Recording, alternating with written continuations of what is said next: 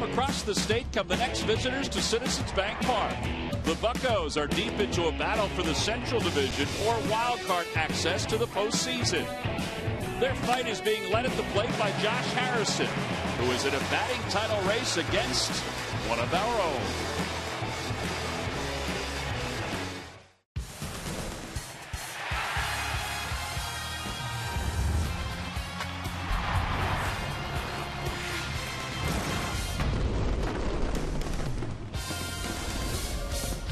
Well, the last few weeks of the regular season should be rather interesting for the Phillies as they get a chance once again to face a team that's vying for a postseason spot.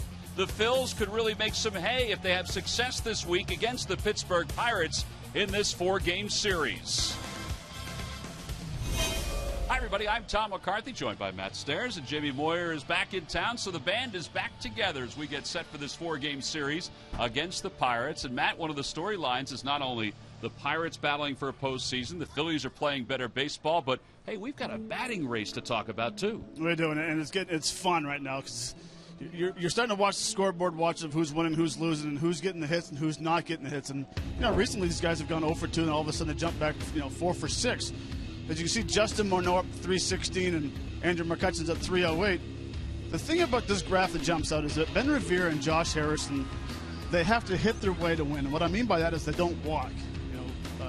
Ben Revere has 12 walks in the year. Josh Harrison has just like 21.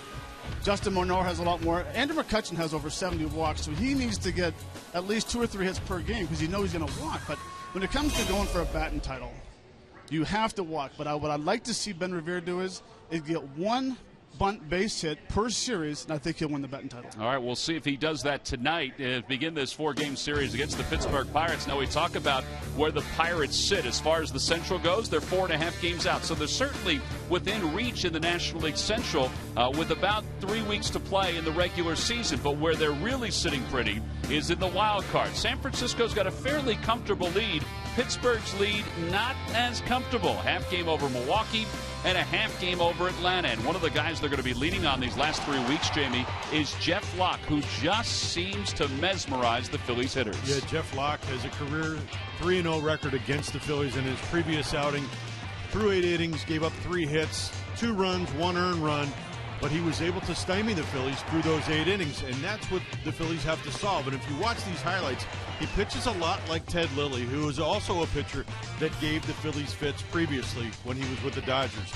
But what you're seeing here also with Jeff Locke, he has become a sprinter and not a marathon guy. And what I mean by that, the sprinting part, his first half, he had a really good first half. But the marathon side of it, through the end of the season, his numbers have not been very good in the second half of the season. Yeah, he didn't get out of the 4th inning in his last start. We'll see if he's tinkered with some things or if the Phillies can solve Jeff Locke for the first time after 3 starts. So it is game 1 of a 4-game series. It'll be Locke making his 18th start of the year in the big leagues. He started the year in the minors. And Kyle Kendrick making his 29th start of the season. He's won his last 3 decisions for the Phillies. Well, it's good to be home. The home games are winding down here at Citizens Bank Park, so you'll get your fill of baseball. It begins tonight with the Pirates and the Phils. Phillies baseball is brought to you by Citizens Bank, introducing One Deposit Checking. Keeping things simple is helping you bank better. By Xfinity, your home for the most live sports. By Toyota, where will Toyota take you? Visit buyatoyota.com to find out.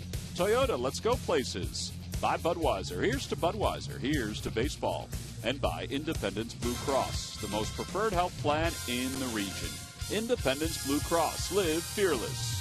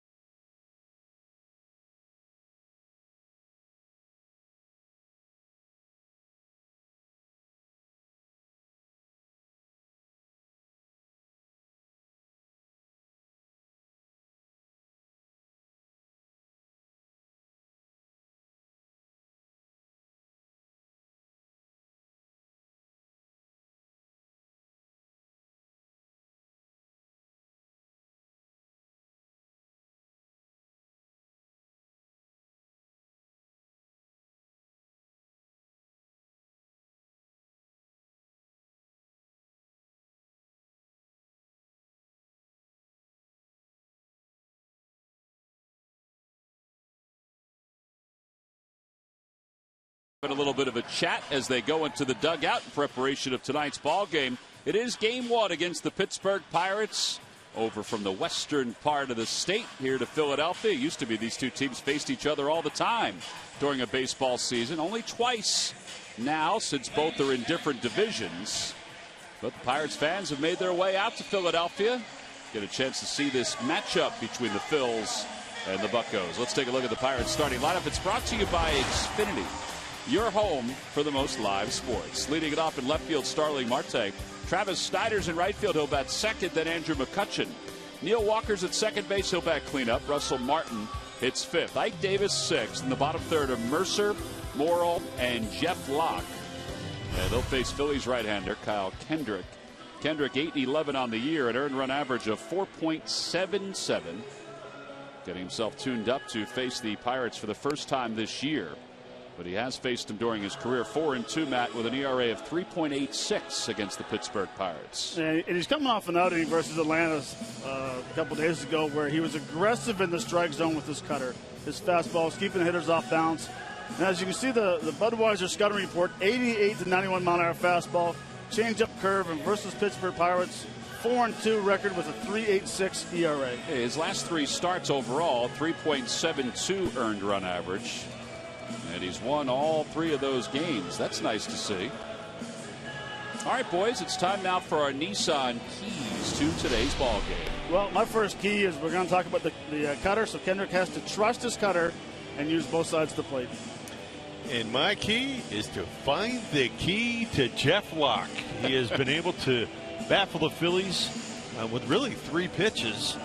I think the thing that makes him difficult is he kind of pitches around the corner like Ted Lilly did, and as we all remember, Ted Lilly gave the Phillies fits, and so far in his young career, Jeff Locke has given the Phillies fits. I like the extra E on the end of key. Yeah, Jamie. well, I tried to piece it together with Locke. Try to be a little creative tonight.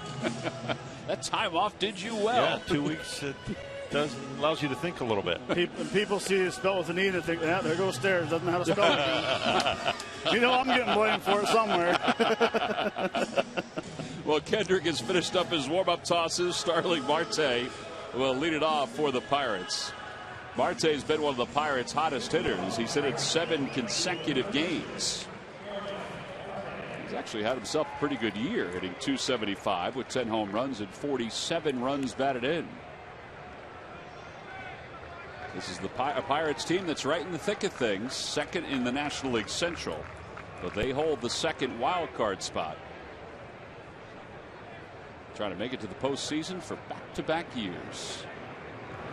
First pitch, curveball of all pitches. It's no balls and 1 strike.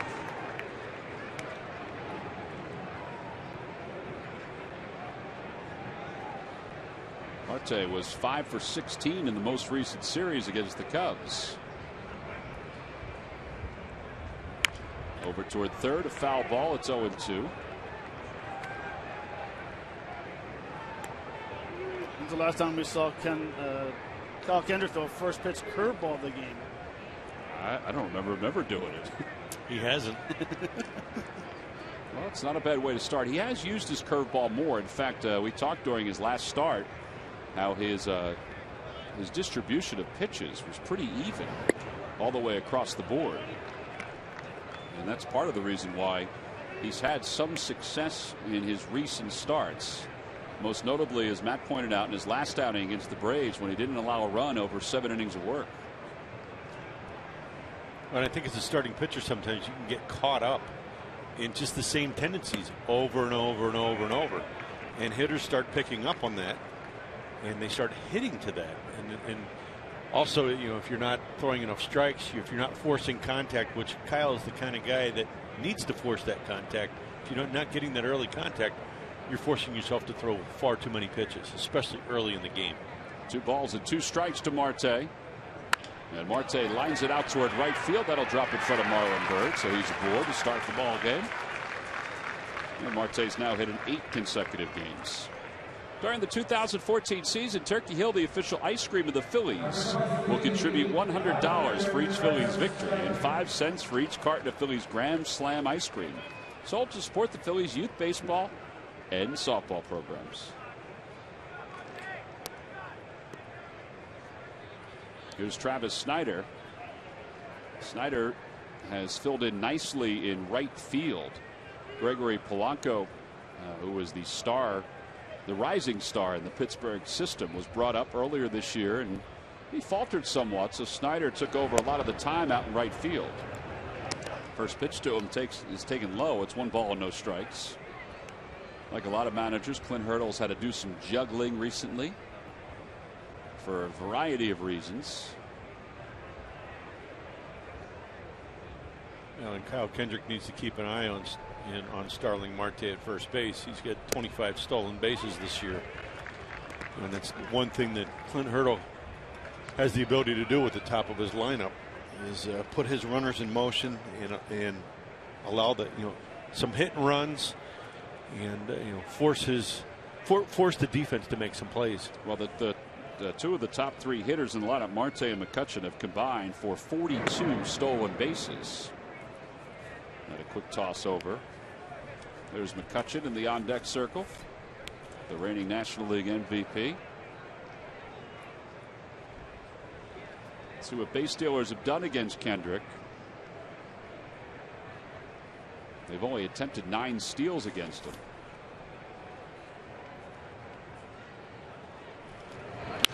Out towards center field. Revere on the run out toward the track, and he makes the over the shoulder grab.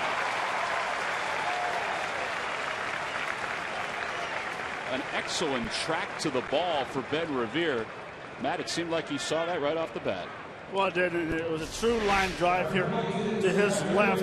Didn't have that slice at all, or the hook. Stayed fairly straight the whole way out. And he ran with the ball that way. No one was coming back towards him. He just grabs you going that way and made a nice play. So that's the first out here in the first. And Andrew McCutchen will now be the hitter. McCutchen has hit in 7 straight against the Phils, although his numbers here are not really anything to write home about. He's had another fine season, 308 average with 22 home runs. Middle infielder's a double play depth, and that one's hit back toward the middle, a base hit. Now Marte, fortunately for the Phillies, did not go aggressively into second base. So he stops at second, and that puts runners on first and second for Neil Walker.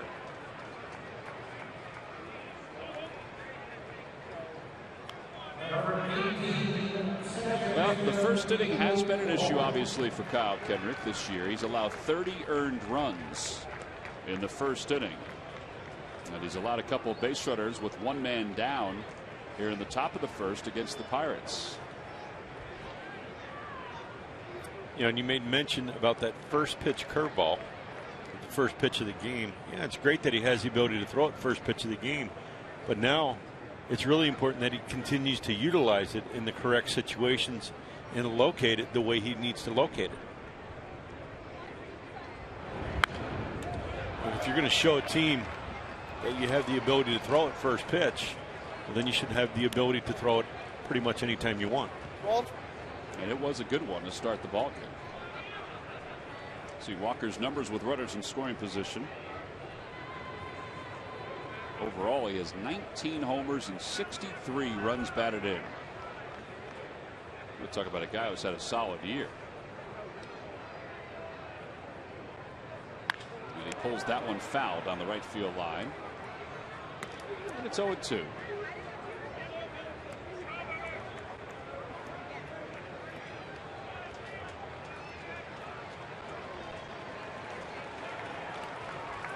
Fortunately, that ball was a changeup. It was a high changeup.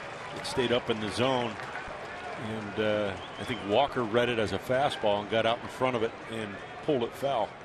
If that was a fastball, he might have been able to square that ball up and drive it somewhere. Well, Kendrick is ahead 0-2 against the lefty. And the two-seamer on the inside corner. Walker doesn't think that was a strike, but his opinion doesn't matter at this point. And there are 2 outs. Todd Tishner is behind the plate for tonight's ball game. Clint Fagan's at first. Tim Welke is at second, and Ed Hickox is over at third. It's a great two-seamer front hip, and the good thing about it is it's a high elevated fastball at the top of the strike zone, where left-handers cannot react to. Down in the zone you can, ball, but that freezes you. Well, Kendrick can see his way through this. He'll face Russell Martin. Martin's been very good offensively for the Pirates since the All-Star break, hitting over 300 since the break. Takes a curveball for a strike. It's 0-1. Another good quality curveball right there. So very good hitter. My thinking right there was, with two guys on, one guy in scoring position, your first pitch has to be a very good pitch. You just can't lay a cookie in there to try to get ahead in the count. Runners not being held on. And a cutter down and away. 1 ball and 1 strike.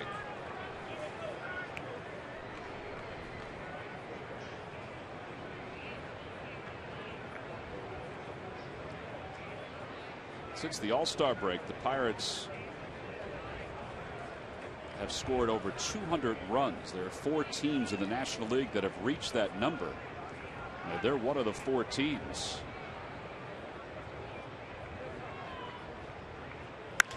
Fly ball right center field. That's well hit. Bird on the run out toward the track. The wind's going to pull it back, and he makes the catch. And Kendrick works out of some difficult waters here in the first. No runs, 2 hits, and 2 men left. Go to the bottom of the first. It's the Pirates nothing, and the Phillies coming up.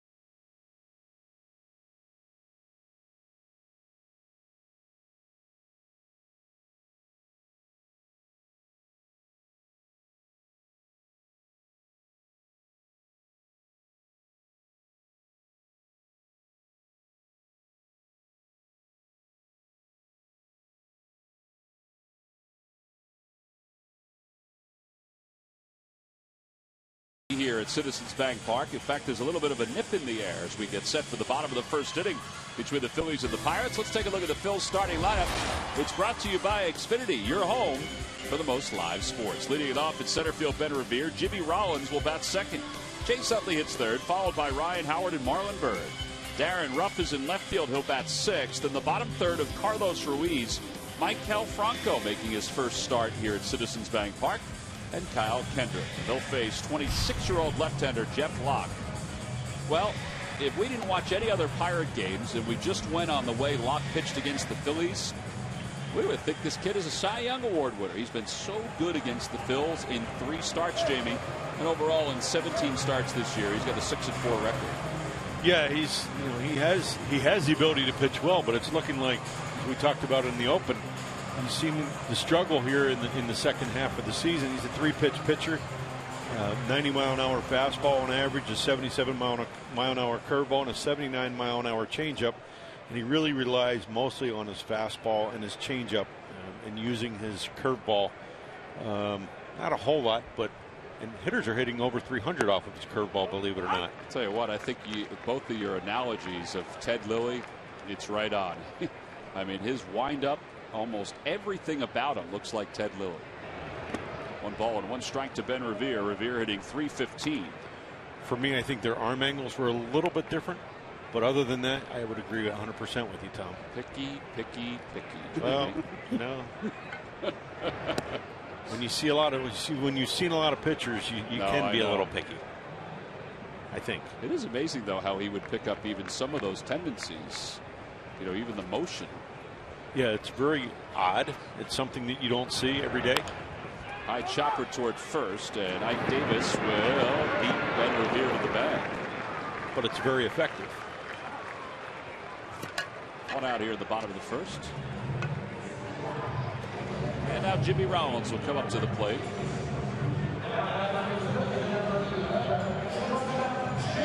Oh, Matt, you mentioned during the open how Andrew McCutcheon's in the top 10 in walks, which isn't a surprise. Well, Jimmy Rollins is 10th in the league in walks with 64, which is a season high, career high for a season, I should say. He was 1 for 12 in the series against the Nationals.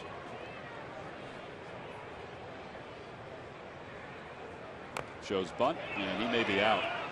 Nope, they're going to say he was in the box. Russell Martin saying he was out of the box. It's no balls and 1 strike. That is not something that's reviewable. Clint Hurdle saying he's out of the box. You can hear Clint yelling it. No, he was still in. His left foot was in the box. Yeah. Yeah, you're right. Left foot was in the box, and that's all that has to be in the box. There just has to be a piece of the body, or a piece of the foot, in the box for it to be ruled a foul ball. Going back to the walks with Jimmy, Tom, I think some of it is maturity. When he's played the game a long time, he's starting to understand a little bit more. You know, look, I know he knows how to get on base and what to do to get on base, but now it's trusting that. And by being able to walk a little bit more, I think just adds another, you can almost call it a weapon, because when he does walk, it puts him in a situation to steal a base. Well, he's batted most of the year in the 2-hole. His average at 243. So that graphic where he has just 1 hit in his last 18 at bats. And he's out in front of a changeup. So 2 outs here in the first.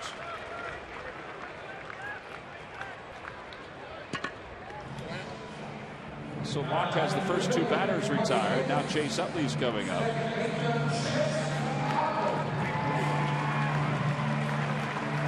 Phillies have 3 left-handers in the lineup tonight. Of course, Rollins a switch hitter. And lefties are only hitting 195 against Jeff Locke. There's the other one. It's Ryan Howard. Ben Revere, of course, the third.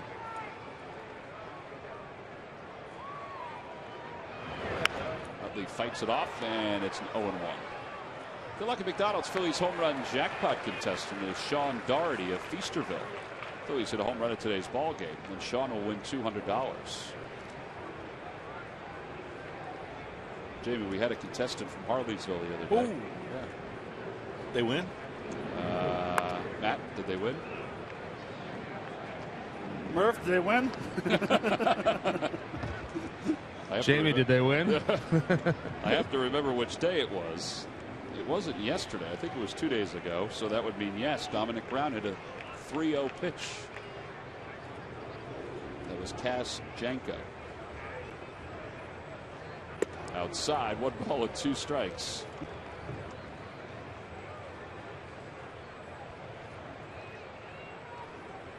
Utley was 3 for 10 in the series against the Nationals. His numbers with runners in scoring position have been through the roof recently. Pulls that one toward first, and Davis will flip to Locke covering. 2 groundouts and a strikeout, and the Phillies go down in order in their half of the first. So on to the second here at Citizens Bank Park. It's the Pirates nothing and the Phillies nothing.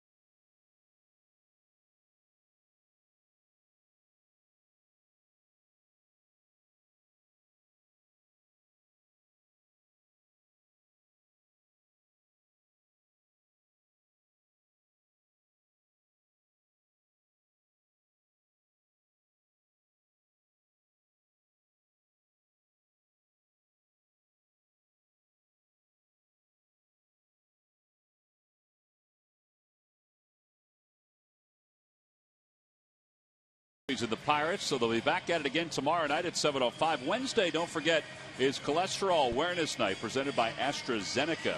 Testing will begin at around 5:05 on Wednesday. Thursday, another night game. Phillies wrap up the series against the Pirates. You can go to Phillies.com to purchase your tickets.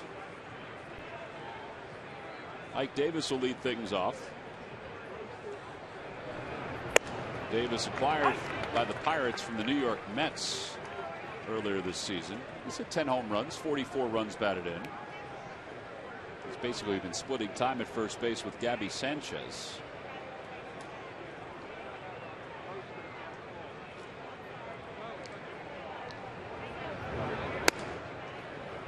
A little high, 1-1.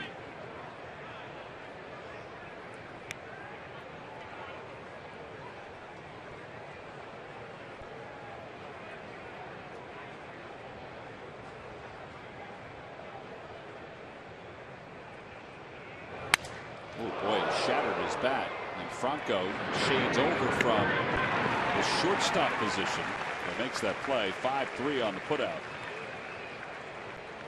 One away. Jordy Mercer's coming up. Well, the Pirates are playing without Josh Harrison, who at shortstop the other day at Wrigley Field made a nice catch here, and then right there he turned his ankle, made the catch, and a little dipsy-do, and boom.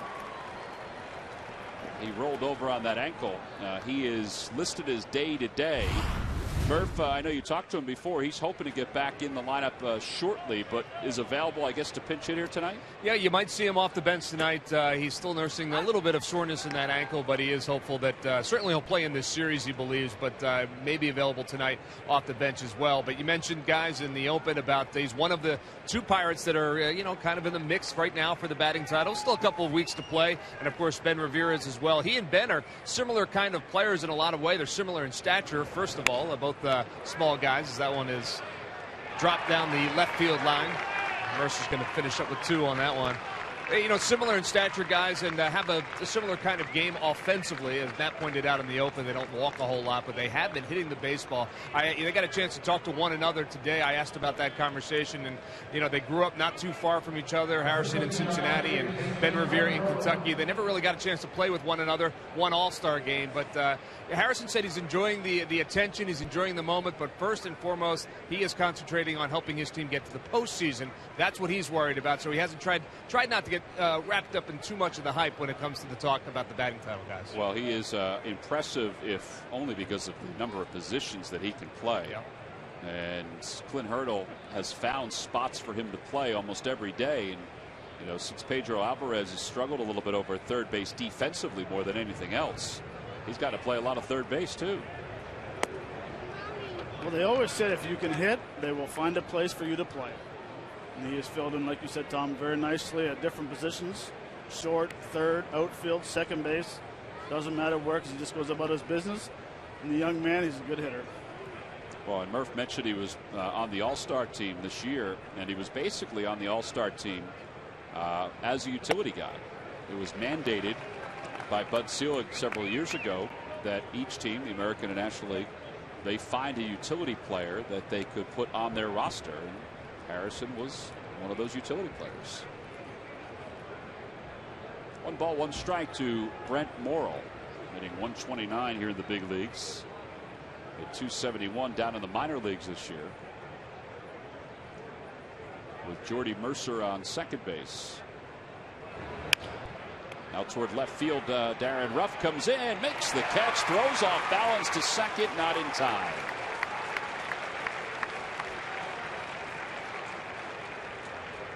Good jump by Darren Ruff.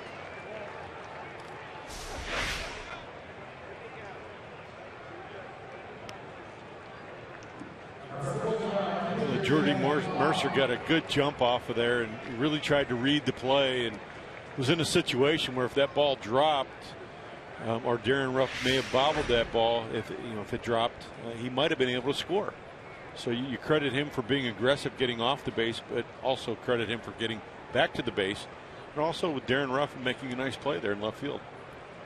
Well, with 2 outs, here's Jeff Locke. Locke hitting 139 this year, 5 for 36. This is his 100th at bat in his career. Takes a strike, 0-1.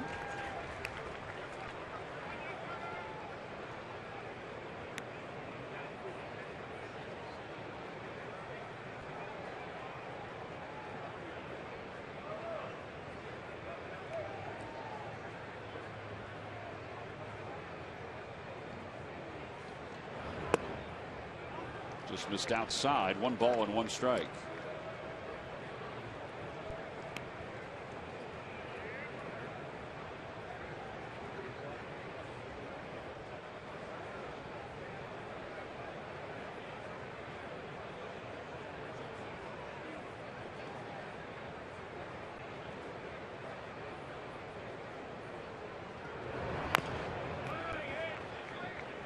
Kyle, in his last outing, we mentioned, did not allow a run through 7 innings of work, as the Phillies were able to take 2 of 3 from the Atlanta Braves. He walked 2, he hit 2. His previous outing was the 27th of August. They faced the Washington Nationals. In fact, at that point, Kendrick and Cole Hamels were kind of combining for a pretty good run of scoreless innings for the starters when they faced the Braves. Off the end of the bat, and it remains 1-2.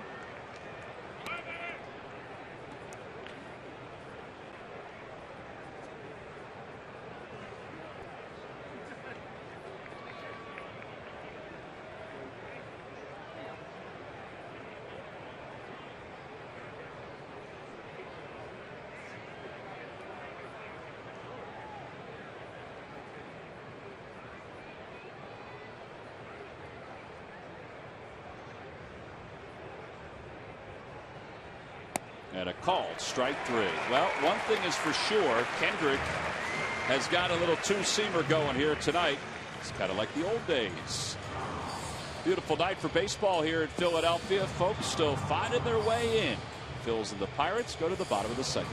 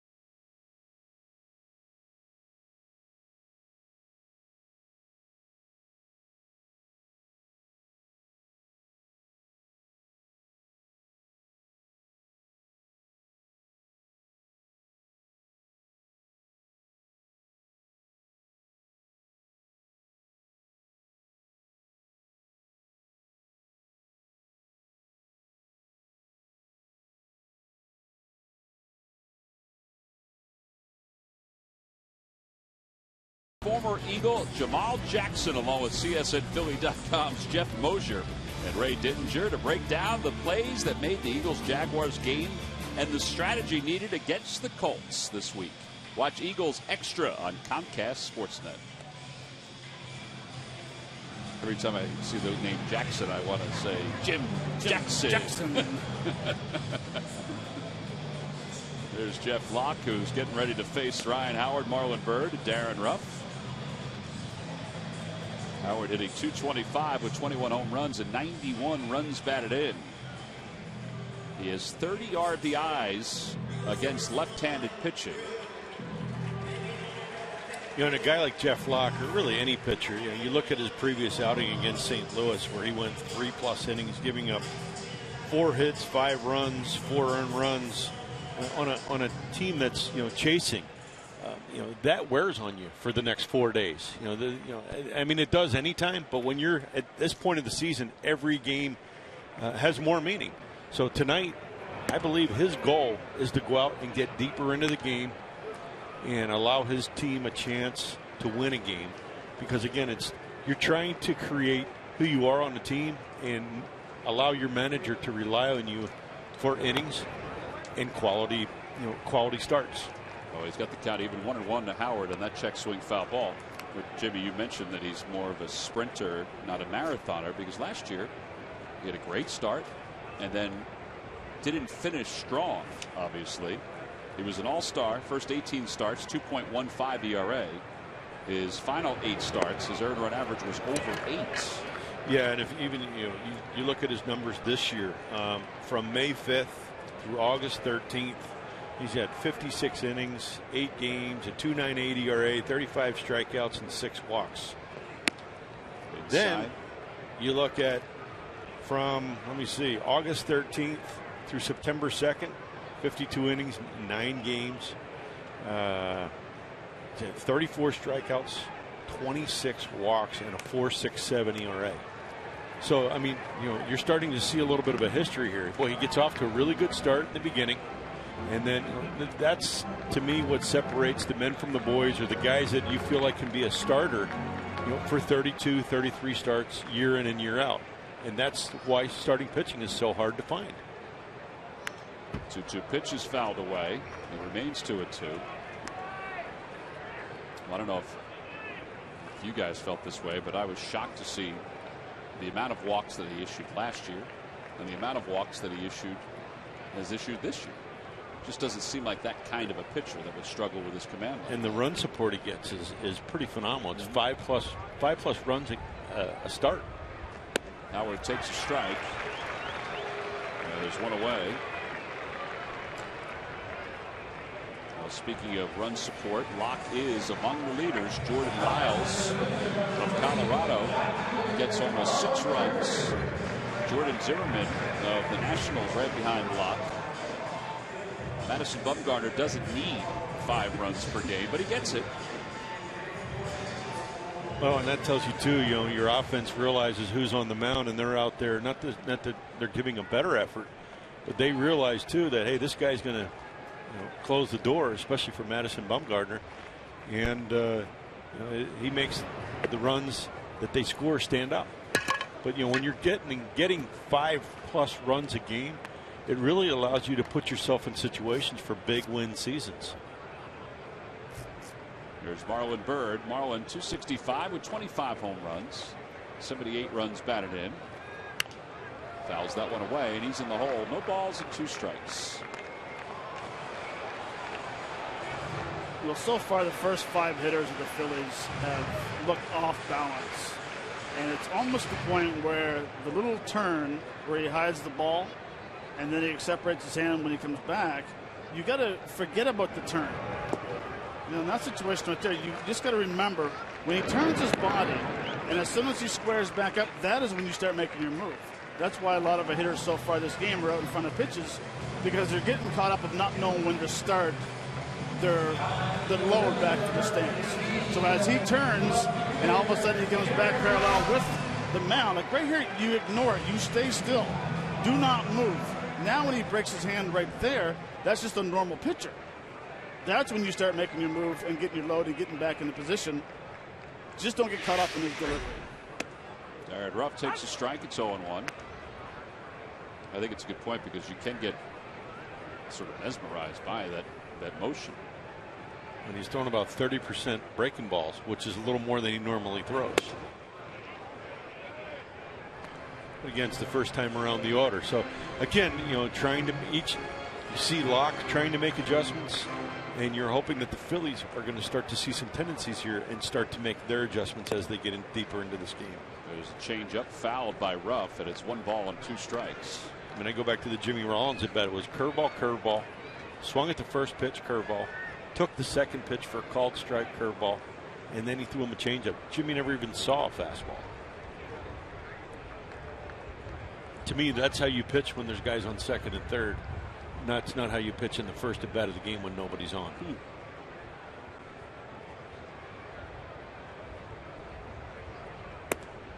away, 2-2. It's almost like you're thinking, from a pitcher's perspective, you got to save your bullets. You want to save those kind of aces in the hole, those pitches for when you need to get outs. Now it's cracked toward the left side. They had the shift on to the left side. And Walker throws out rough. So 4-3 on the putout. 6 up, 6 down for Jeff Locke, who played 2. Good to be home. Game 1 of this 4-game series.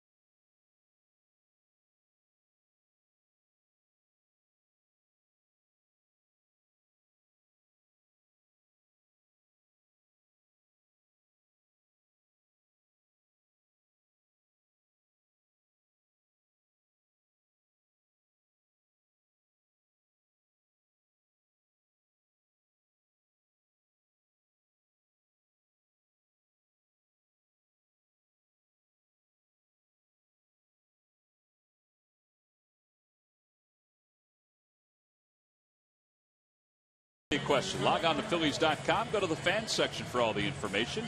And please submit your answer on the subject line. All right, men. Which 2 Pirates won back-to-back National League MVPs in 1978 and 1979? Answer will be revealed in just a little bit. Andrew McCutchen won the Most Valuable Player award last year. Some people think that he's going to be in the conversation for the Most Valuable Player award again this year. We'll see if Giancarlo Stanton or anybody else changes that. Starling Marte is going to strut to the plate and lead things off here in the 3rd. Boys haven't been together for a while, so they're kind of working their hand signals and writing down some answers. You don't necessarily have to have it in the order that they won the MVP. Or the year?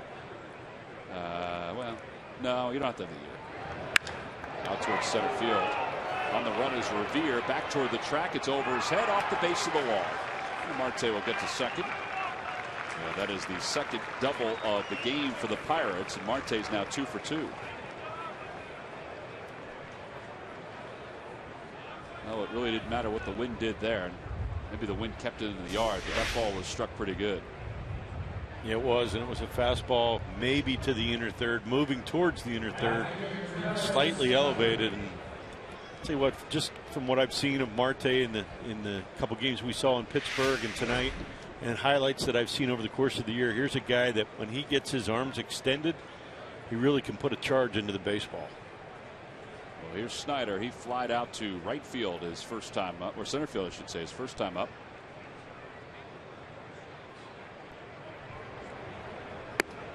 Inside and high, 1-0.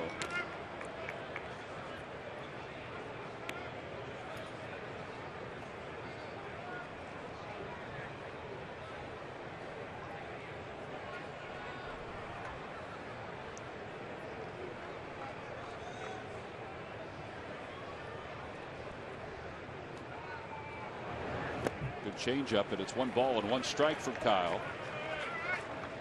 Boy, he had Snyder way out in front of that pitch. He has, and Kendrick's changeups has been very good in the month of August and September. The opponents are hitting 130 versus it, and the reason why is because he's starting to throw more fastballs and cutters inside.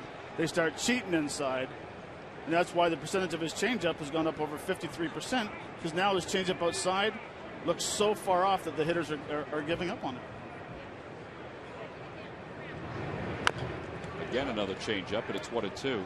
Is part of that also, you think, that when he is throwing the fastball, he's throwing it inside, yes, but he's also, it's a little closer to the plate more often than it was? Yeah, he has better control with his front door sinker this year, or lately, against left-handers, and he's starting to bury that cutter inside. And as a hitter, if I'm continue getting cutters and sinkers inside, I cheat. My right hip starts cheating towards first base coach. Now all of a sudden it just opens up, and Jamie knows better than anyone how wide that plate becomes when you start cheating and your hip leaves. 1-2 pitch inside, smothered by Ruiz. It's 2-2. Well, and that's where you talk about the effectiveness of pitching inside. It doesn't, to me, it doesn't matter whether it's a hard pitch or a soft pitch. It's pitching inside. And that's exactly, as a pitcher, what you're looking for. You're looking for a guy to start cheating, because now if he starts to cheat, to cover that pitch down and away, it doesn't have to be on the black or running off the plate. It just has to be down. And you're right, it does look further away from him, and they end up hitting it off the end of the bat, popping it up. It takes the power out of their swing. Trying a breaking ball, and now it's 3-2 to Snyder. McCutcheon's on deck with nobody out here in the top of the third. And the thing I've also noticed here, just in the first 2+ innings, Kyle has not backed up his curveball with a curveball. So as a hitter, I would not be looking for a curveball right here. Now you can delete a pitch with a 3-pitch pitcher. Now he becomes a 2-pitch pitcher.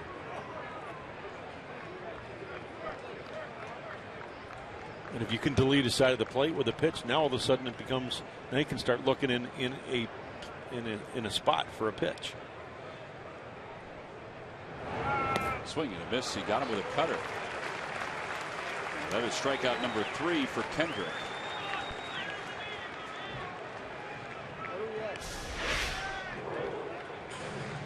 This is just a cutter that's out of the zone, and Snyder's trying to do his job by advancing the runner to third base. But it was a good pitch, hard pitch, and he kind of changed the swing on it. Well, here's our Geico quote of the day from Kyle. This season's not over, definitely. I've got 4 starts to finish strong. Shoot, finish on a good note, and put myself in a good position. You want to finish healthy. That's the main thing, but try to take one start at a time and put up quality starts. Obviously, when Kyle says finish strong and put himself in a good position, he knows that he's a free agent after this year. Here's McCutcheon, who singled his first time up. He takes inside, 1 ball and no strikes. Oh, and I like some of the things he said in there. You know, finishing the season strong, quality starts, you know, getting deep in the game. You know, and again, here's a guy that he's what, within start of tonight's game, he's within, I think, 10 innings of his career high in innings pitched. Correct. You know, he can surpass that. You know, again, these are goals, individual goals that you have as a pitcher to push yourself, to become better, to become more reliant. Allow your manager to become more reliant in you. McCutcheon's thrown out by Rollins, so 2 outs with a runner at second base. They could afford to be a little careful here with Neil Walker with a runner at second and 2 men down.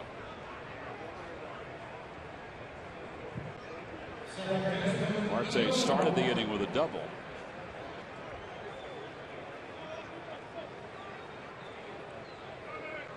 But McCutcheon's going back to the dugout awfully slow. I think he's just frustrated. I don't think he hurt himself. He's been battling that rib injury since he was hit by a pitch earlier this season.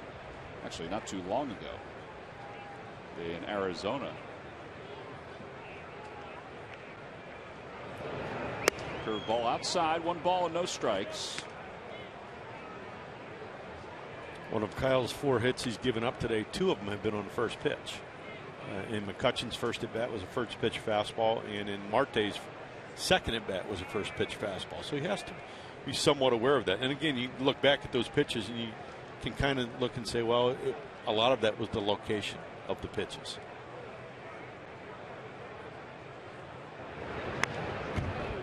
It's a changeup up a little bit. He fouls it back, and it's 1 ball and 1 strike.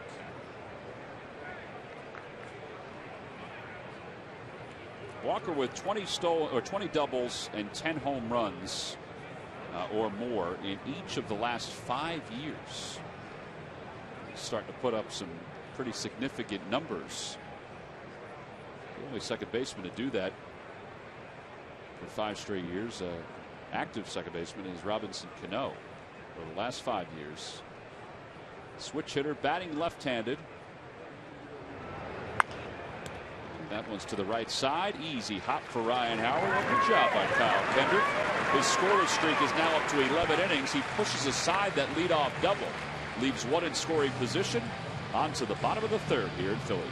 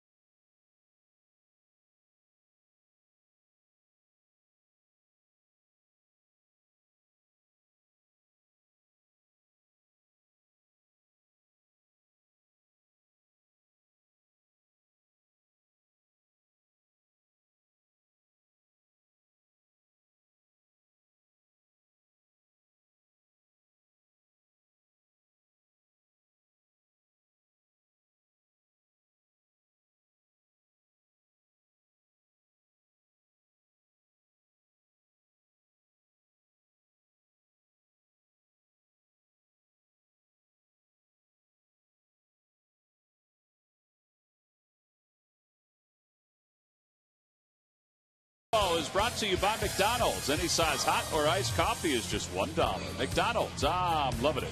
By the Pennsylvania Lottery, benefits older Pennsylvanians every day. And by Dodge. Visit Dodge.com or your local dealer today. No scores. We go to the bottom of the third. Well, boys, the Phillies schedule and the rest of Major League Baseball schedules have officially been released. We're going to open up the 2015 season against the Boston Red Sox here at Citizens Bank Park on the 6th of April. Interleague series includes home games against the Sox, the Orioles, the Rays, and the Toronto Blue Jays. And we're off to Boston again. We're going to Yankee Stadium. And, Matt, we're going to Toronto.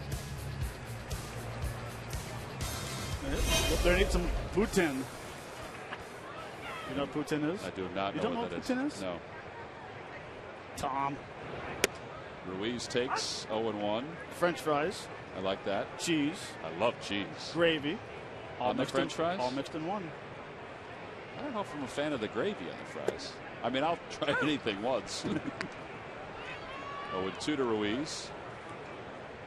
Jamie, French fries, cheese, and gravy. Cool. Never had it, but sounds good. And Ruiz is struck out, looking 4 strikeouts for Jeff Locke. Sounds as good as dried beef. On toast. Where are we going to have that? Oh, just come up to Souderton. You can have that. Well, as you guys are talking about food, that's a front door sinker right there. Good location. Well, one out. Here's Maikel Franco. Franco making his first appearance here at Citizens Bank Park. 1 for 11 so far.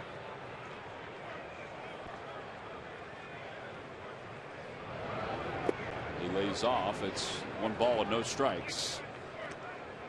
Cody Ashe not playing tonight with the left-hander on the mound. Now Franco has played against right-handers too. But Ryan Sandberg continued to say it's all about the matchups. I did say the other day that there was a moment in the ballgame where he could have pinch hit for Franco. As he pulls that one towards shortstop, and Mercer's up with it. But he made a conscious effort to want to see him against a particular right-hander at the time to see how he would respond. So he's retired here for the second out. Now Kyle Kendrick is coming in.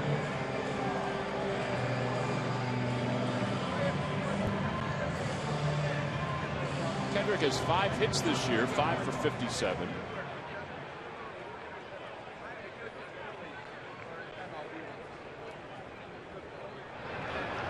Swing and a miss, 0-1.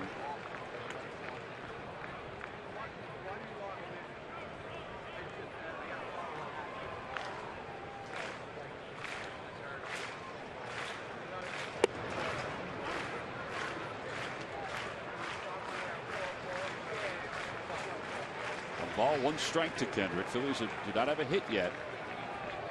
Locke has retired the first 8 batters of the game.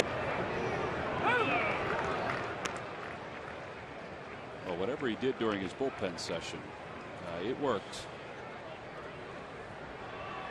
26 strikes, 9 balls so far. Down and away, 2-2.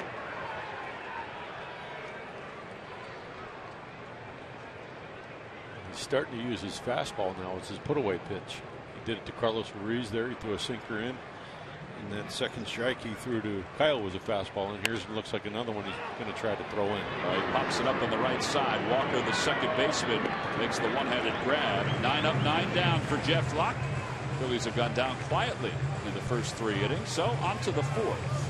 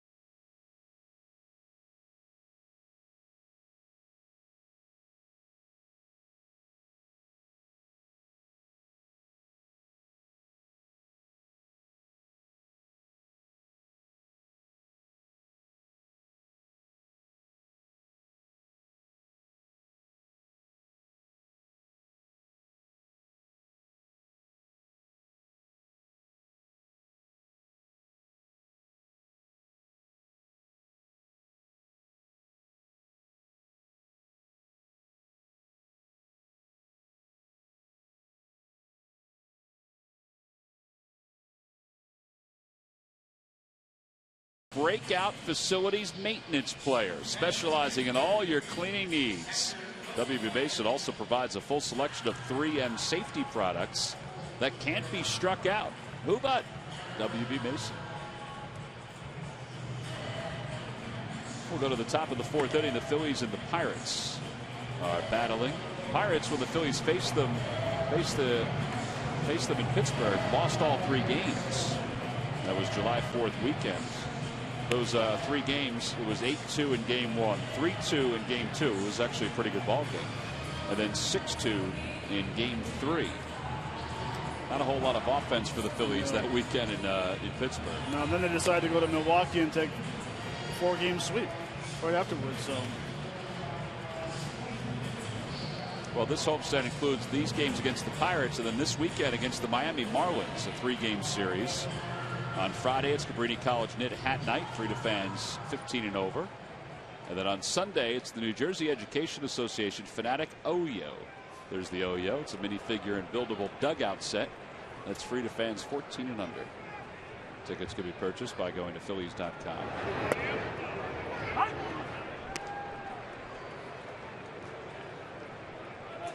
Also, Martin fly to fairly deep right field, right center field his first time up.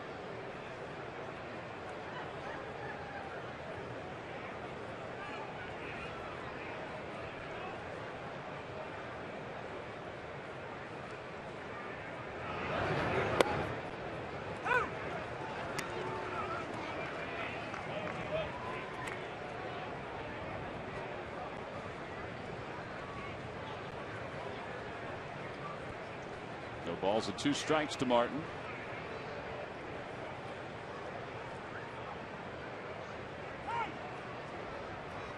And now time is called.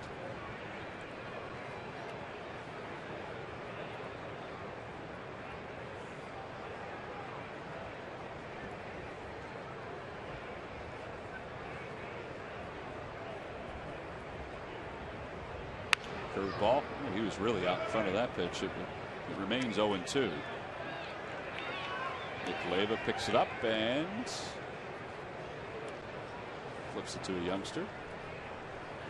Of course, the former Phillies manager, still makes his home in the area. He's been with Clint Hurdle since Clint took over the Pirates. And now the 0-2 pitch. Swing and a miss. He got it. Boy, that ball kept on floating toward the outside part of the plate. It was a cutter, and it's the 4th strikeout for Kyle Kendrick. One away. Ike Davis is coming up. Let's check in with Greg Murphy. Murph. All right, Tom, thank you very much. Well, this year, in honor of Tasty Cake's 100th birthday, Tasty Cake and the USO are delivering 100 birthday memories to our troops and their families. And so this special moment happened before the game. That 7-year-old is Liam. He turned 7 yesterday, and he is part of this program. His mom and dad are both active members of the National Guard. So Tasty Cake and the USO got together, and he is one of the 100 birthday moments that are happening all over the world, guys. It's a really great partnership between the two entities, celebrating everything that the troops do for all of us. And it was a great moment as he got a chance to throw out the first pitch today. He did a very nice job as well. He was very excited to do so, as you can imagine. And you can watch all of these birthday moments, all 100 of them, from all over the world on Tasty Cake's website. A very, very cool program, and the Phillies were certainly happy to be part of it tonight, guys. Well, Tasty Cake has been such a great partner for the Phillies, and the fact that they are celebrating their centennial, and this is what they came up with, is tremendous. That was pretty neat. The throw, the first pitch was cool. The hug by the fanatic was cool, but the jumping in the dad's arms was even better at the end of that shot. 2-0 pitch to Ike Davis, and it's 2 balls and 1 strike. I got a chance to talk to Liam before the game, and like I said, he turned 7 yesterday. And, you know, I asked him if he was excited to get a chance to throw that pitch out. And he said he's been practicing all week. He said his dad said he was practicing with him. They were ready to go. So he was pretty impressive out there on the mound, guys. Well, it's a great way to honor the families of those who are serving. That one's over to the right side. Howard gobbles it up, and Kendrick in his rightful spot covering. 3-1 on the putout. Well, there are 2 outs here in the 4th inning. Phillies implementing that overshift on with Ike Davis. Well, here's Jordy Mercer. When we last left Jordy Mercer in Pittsburgh, he was starting to come around offensively, and he had a terrible month of April, and it carried over into May, and then he started to hit the ball with a little more authority. He has his average up to 259.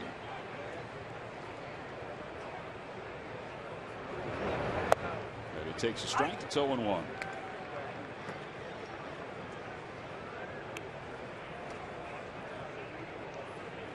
Sensing with Kyle Kendrick, his cutter's a little more crisp, and he's got a lot more confidence with his curveball.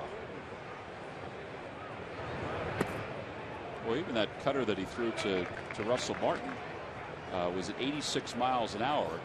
It almost looked like it was a form of a curveball the way it went after the strike zone. Yeah, I think he fooled him with a pitch, but you know the pitch, as you said, Tom, just kept running, and I think you could tell by the swing by Martin he was fooled by that pitch. I think he thought it was going to be a fastball. He went, says the first base umpire, Clint Fagan. Well, it's 1-2 to Jordy Mercer.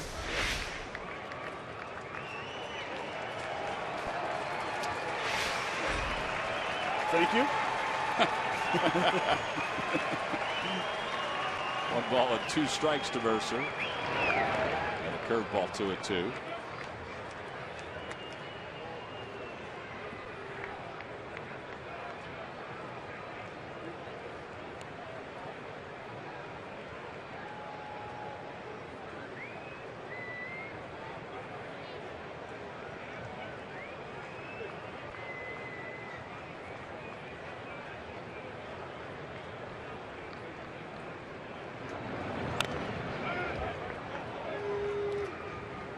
Kendrick's velocity has been good tonight.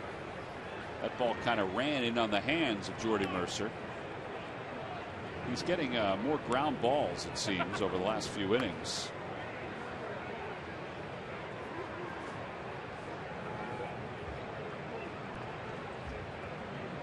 Two balls and 2 strikes.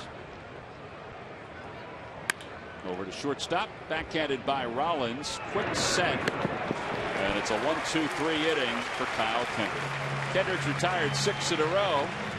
He's doing his job. Let's see if the offense can pick things up when we come back at the bottom of the 4th.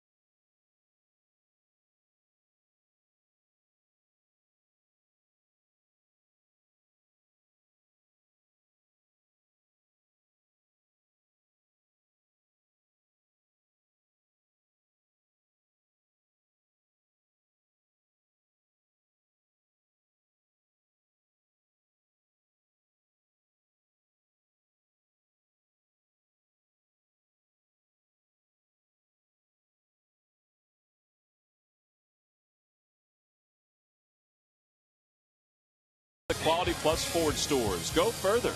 By Thomas Jefferson University Hospitals. Call 1-800-JEFF-NOW for an appointment.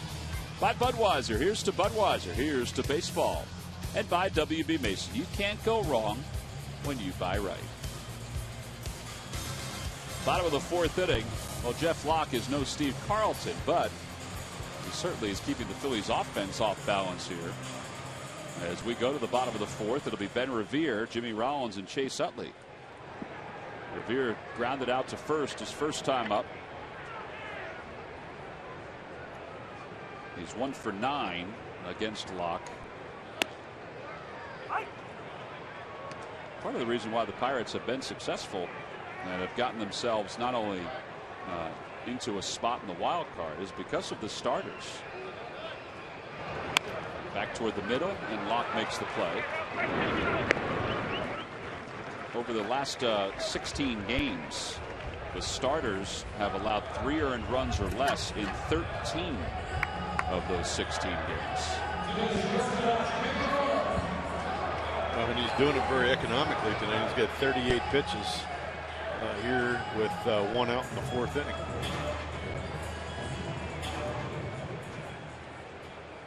Well, Clint Hurdle knows that his starting pitchers, if they're going to be successful and get into the postseason, he's going to need them. Liriano's been throwing better lately. Morton, they're hoping, will get back at some point. Whether they use him or not, we don't know. And Vance Worley, the former Phil, as that one is sliced down the right field line. A fair ball going to the corner. This may be 3. Snyder picks it up. Rollins high stepping around second. Going to third. The throw. He is safe.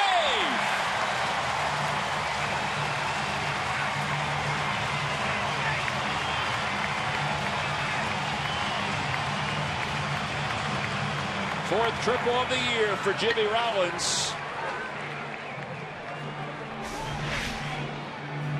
Fastball is supposed to be inside, stayed over the middle of the plate. Got down that corner to 330 corner. But the key to this right here is Snyder overshot the first cutoff man, which allowed Jimmy Rollins to get to third base. If he hits the first cutoff man, might be a different story. The other thing too, Matt, Snyder not as quick as, let's say, Polanco, who has been out there before. He had a long way to go to get to that ball. And now the infield is in for the Pirates here in the bottom of the 4th inning with 1 man down and Utley at the plate. 1 ball and no strikes. Chase grounded out to first his first time up.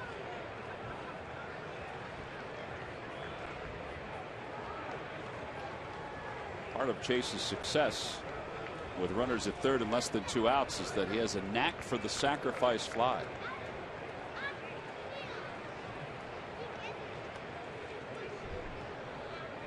No, when you have control of your swing and a good idea of the strike zone, I think it allows you to be able to be that kind of hitter when you need to be. Again, Chase knows how to hit the situations.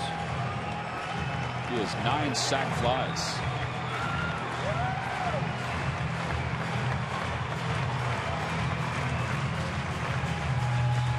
And with the arms in the outfield, Marte has the strongest one. McCutchen's right behind him, and then with Snyder in right field, it's a little below average arm in right field. Jimmy Rollins looks like he's trying to stretch something out over at third base. He'll take his walking lead. Ooh, an ugly bunts. That was not a squeeze, of course, because Rollins broke when there was contact. Here's to Budweiser. Here's to baseball.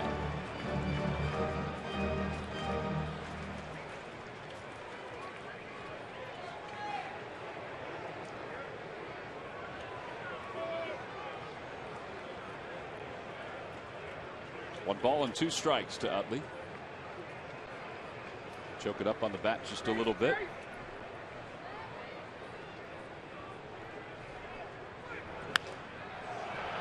He flicks that one down the left field line into foul territory, and it drops. Boy, Marte was moving pretty good. He just couldn't get to that spot. Rollins is either catching his breath or he did something when he got to third base. Pete Buchanan's just asking if he's okay.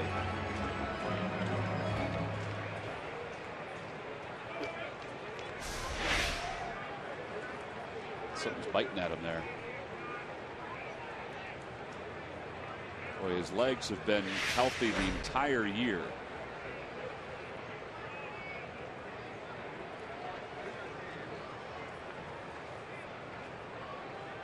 One ball, 2 strikes to Utley.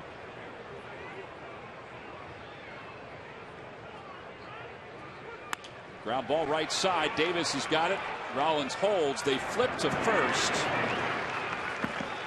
And the putout goes 3-4. You know, a couple of times when Utley made contact, Rollins was going on contacts. I wonder if that leg is bothering him to the point where he doesn't feel like he's got the burst. And he kind of pulled up after Chase Utley's first swing on the foul ball. He was coming on contact. And he was kind of giving a sign right there, like a little punch to the hand, which is like a knot. So I don't know if he intended on going on contact, but decided against it right there. Well, now it's up to Howard with a runner at third. The Phillies get their first hit with 1 out here in the 4th inning. It was a triple by Rollins. He's over third base.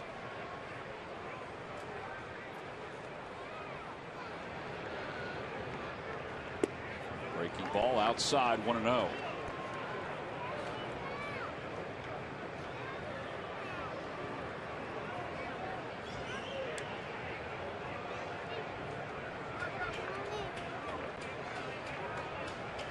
Locke is allowed 13 home runs this year. The 1-0 pitch to Howard. He pulls it foul. It's 1-1. Now the Toyota Major League Scoreboard. Big battle of the American League Central. The Tigers have defeated the Royals 9-5. Well, yes, it was their 9,000th victory, franchise victory. But the fact that they won game 1 of a very important series is a huge deal for Detroit. So they're within 1 in the Central. Kansas City at 79-62 and Detroit at 79-65.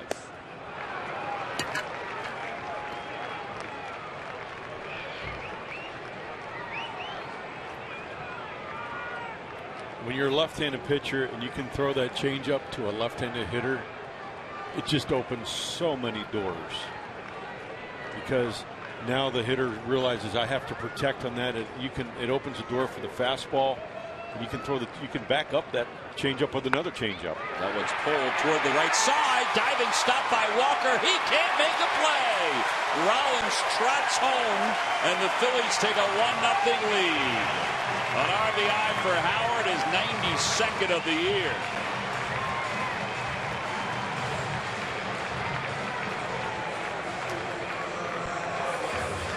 I'm not even sure if Walker comes up with that ball, if he's going to be able to throw Ryan out of first base. We've seen this speed in Washington, the infield single. Well, Jamie says, don't be surprised if he backs up the changeup. Changeup out in front, stays back enough to get it up past the shift, and right there in the exchange, he drops it. What did they always say in the dugout, Matt? Speed kills. Speed kills. Well, they've been saying that a lot to Ryan Howard lately. That comeback the other day in Washington, his infield hit. That was a huge play, as it turns out, too. And Marlon Byrd rips one down the left field line. Now, Marte was playing over that way. Howard will be held at third. And the Phillies will have runners on second and third. Even though Marte was shaded that way, even if he wasn't, I don't think they would have sent Howard. But it was remarkable when I looked up to see how fast Marte had gotten to that corner. 25th double of the year for Marlon Byrd.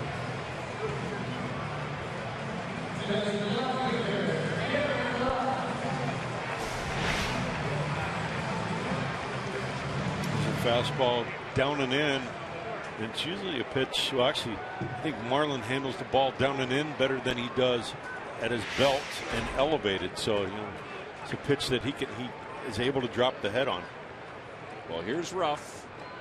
Swing and a miss. No balls and 1 strike. Scott Sheridan, Ryan Sandberg, Jimmy Rollins having a little powwow.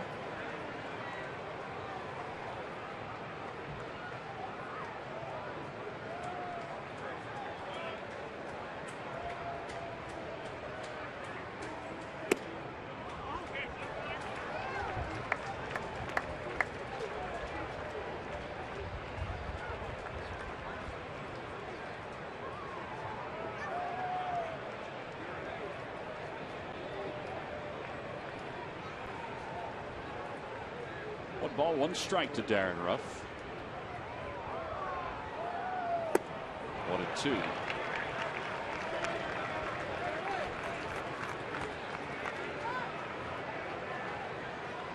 Ruff grounded out to the left side to the second baseman Walker. They have the 3-man overshift to the other side against Darren.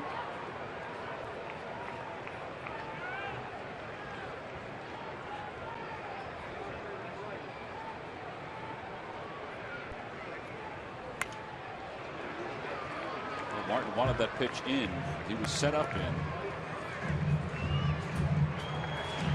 They're trying to force Darren to beat him by hitting a curveball. I don't think right now I believe if they throw a fastball, it's going to be a non-strike to try to get him to chase, or it'll be another curveball down and in or backdoor, or a changeup down and away. In this situation, as a pitcher, you got to make him hit your pitch. Well, and I also think as a hitter now, you're being pitched to where the shift is. So if I have all 3 guys on the left side of the infield, majority of the pitches are going to be inside. If it's off speed, they want me out in front, hit the weak ground ball to the left side, or like Jamie said, throw a fastball inside to where I cannot get extended. The worst case scenario for the pitcher right now, if he throws a changeup in the zone, base it to right field. And a foul tip.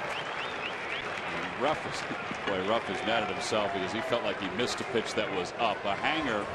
Ryan Howard, well, he's given the Phillies a 1-0 lead after the triple by Jimmy Rollins. Rollins' night, though, may be done.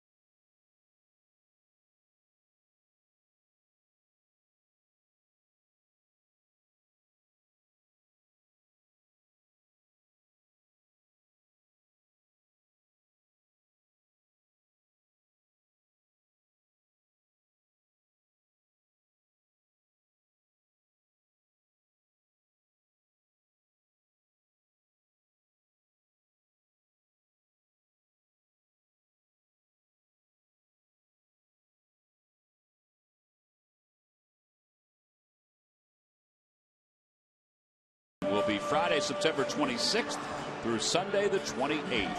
It's Fan Appreciation Day, that last day against the Atlanta Braves. For tickets, go to Phillies.com for all remaining home games.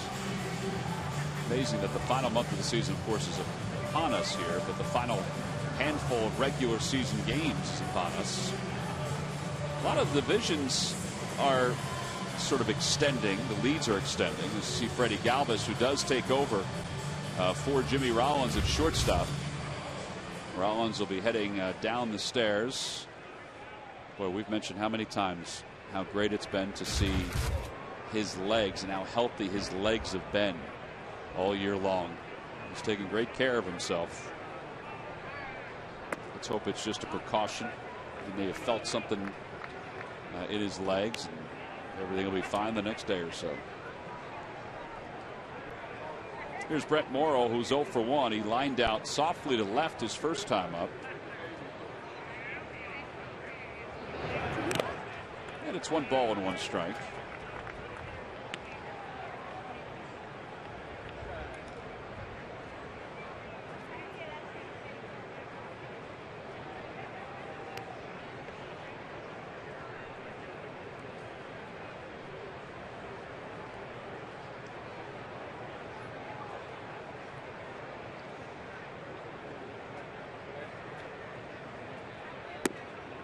Outside, 2-1.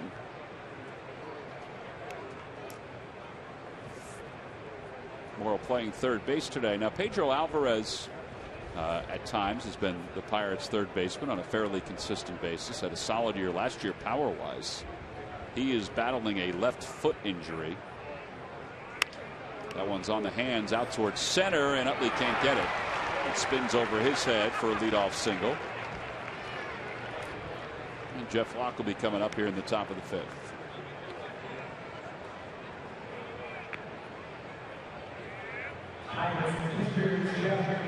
Alvarez is with the Pirates on this trip.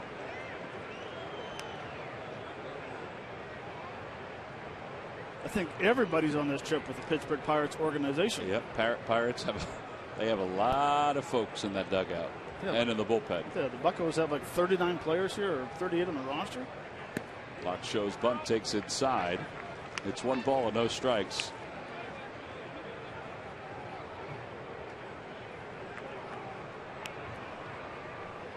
Well, they have 18 position players.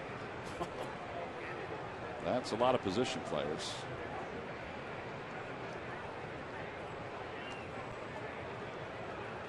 And Locke bunts it foul. It's 1 ball, 1 strike. Well, I've always liked when a team is in some sort of a playoff run, which the Pirates are. When you bring kids up from the minor leagues, it's really a good, healthy situation to put them in, because you can't teach this type of environment in the instruction league or in spring training. You live it, and to give them that experience, I think, really kind of opens their eyes to what this brings to your career and what it takes to maintain this level and try to win a pennant. Well, they have 30, counting their starters, they have 35 players on the roster. Now, you can have 40 because you have a 40-man roster. But if you're Clint Hurdle and the coaching staff, is it hard to manage 10 additional guys? Is that not a big deal? Well, I don't think it's a big deal. If anything, it gives you more weapons. You can have more pinch runners. Heck, you could have 6 left-handers in the bullpen and have a left-hander in late games. Never see a right-handed pitcher. Inside to Locke. It's now 3-1. I like it because there's more guys to shag during BP. Us older folk don't like to chase those balls all the time. That's why you always did the bucket. I enjoyed the bucket. Except carrying a full bucket in. That's why you have a young kid come get it. If you're doing the bucket, you better do it all. Crafty right-hander. He's lefty. Lefty. I meant to say veteran. Yeah. He's lefty. You're righty, but you're a lefty hitter. 3 balls, 2 strikes. Locke squares. Runner at first. Phillies up 1-0 here in the top of the 5th. And he bunts it in the air. Picked on 1 hop on the bare head by Franco. They get 1 at second. And they don't get Locke at first. That's an outstanding play. He thought about trying to catch it, but it dropped in front of him. And he threw a strike to Freddie Galvis at second base.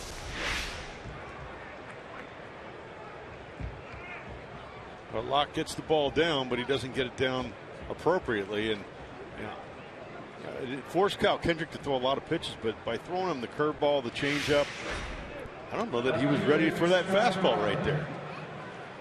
I like it. Make the pitcher run. Well, Franco took a chance by going to second base. He's got a strong arm, accurate throw. I like the play. It was a tremendous play. You do have to get an out, which he did.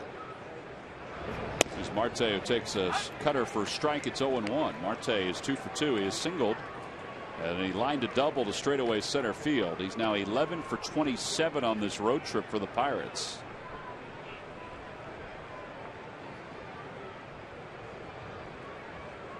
Both base hits, a single and a double. Arms extended to right field. Arms extended to center field, so you got to pound him in with a sinker. In the air to left center field. Ruff on the run, out toward the track. It is gone. A 2-run home run. Well, he extended his arms again. His 11th home run of the season. He's got a single, a double, and a home run in his first 3 at-bats.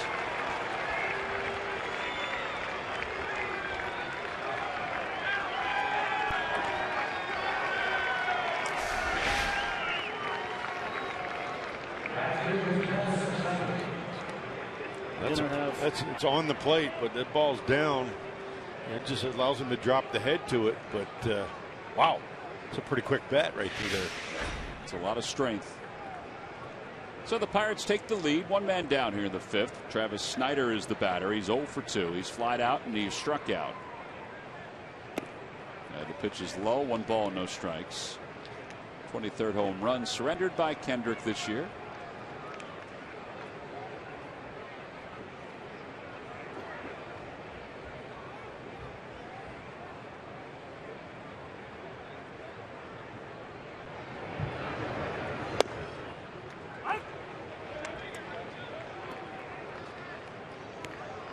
With the home run, I think it was the right pitch selection. It's just you got to make sure you get it in there far enough so he can't get his arms extended. Yeah, he looked pretty comfortable with that pitch, or handling that pitch. Inside, 2-1.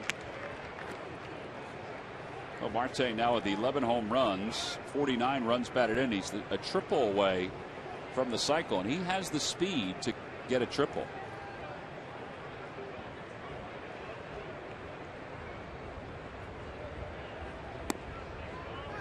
Home plate umpire flinched a little bit on that one. It's 3-1. That cutter missed a little low.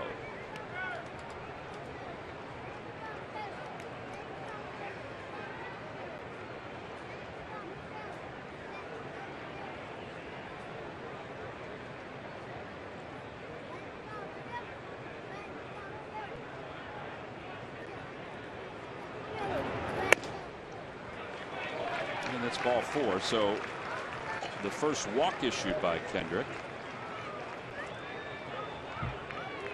Well, it's time now for the Jeep Stump the Fans Trivia Quiz answer.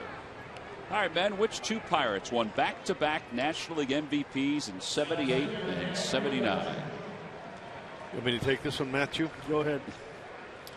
I'm going with Matthew. Dave Parker and Willie Stargell. Dave Parker and Willie Stargell.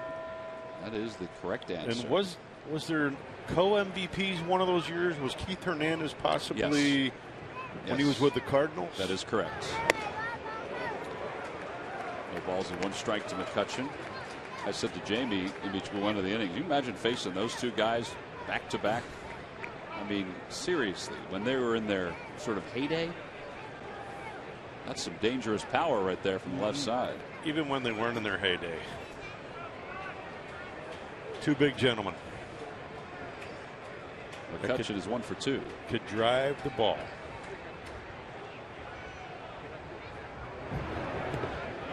And Ruiz blocks it, and it's even 1-1.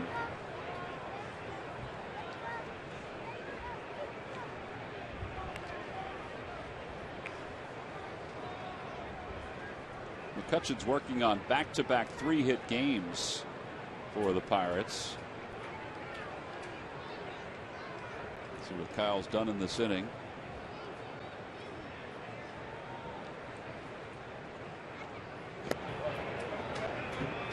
He had a 12-inning scoreless streak that ended with that 2-run home run.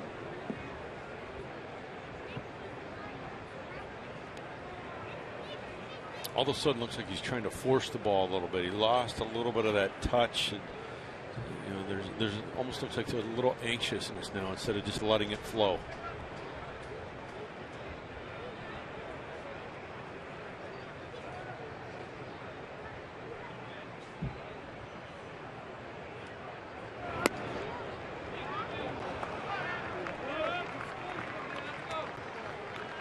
Wow. Yeah, that was pretty close. There's been a couple pitches in this inning that have not gone Kyle's way.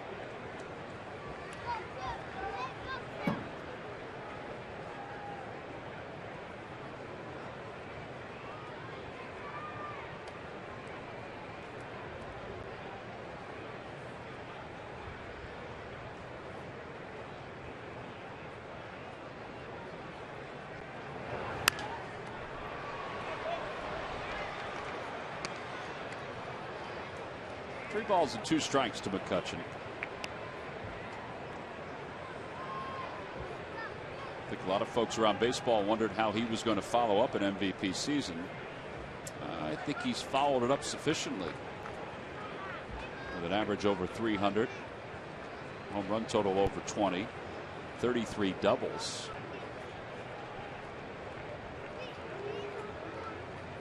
Snyder goes, and the pitch is hit in the air, foul, and out of play.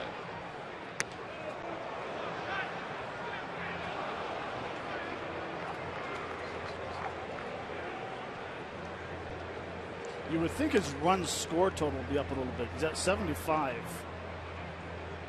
How much time did he miss when he those bad rips? A couple of weeks? Well, yeah, and they shut him down after he came back. He wasn't put back on the disabled list, but he was they shut him down after he came back.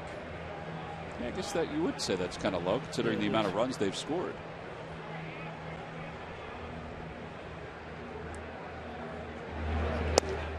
And just a bit low, ball 4.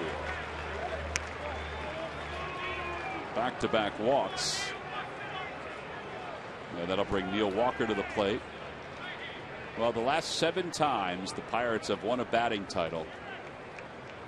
Boy, those are some rather impressive names on that list. Bill Madlock won a boatload of batting titles during his career, 2 with the Pirates. Dave Parker in that MVP season. How about he had 338 and 77, followed up at 334. Now Jack Shore, who is a longtime writer covering teams here in Philadelphia, each night presents us with a trivia question. Some are easier than others. It's not often that they're easy.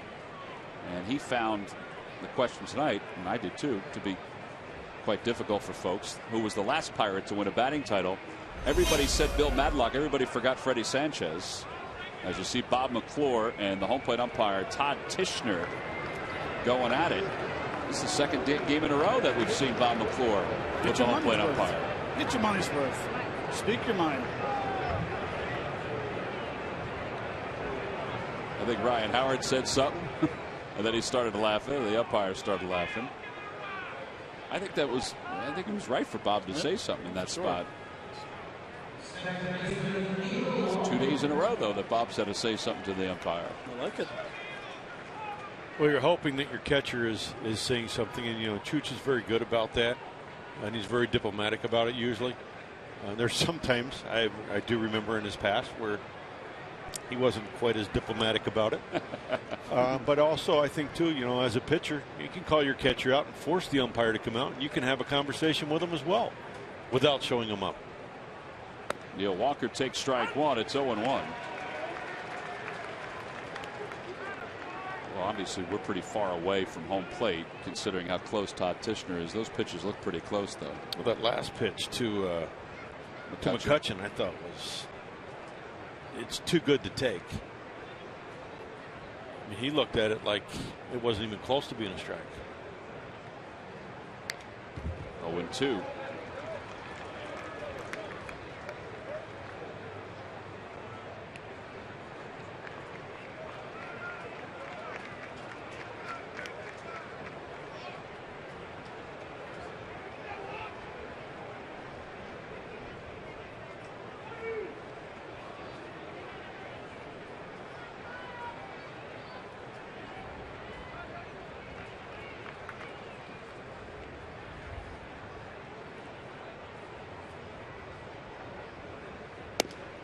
And a called strike 3. Well, maybe that conversation did help.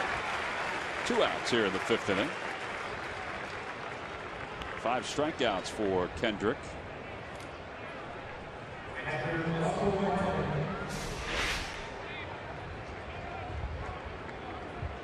And it's a legitimate strike. It's not like there was any question behind it. It was a backdoor cutter. But, you know, it shouldn't have to take a coach or a player to have to talk to the umpire. A strike is a strike. I'm sorry.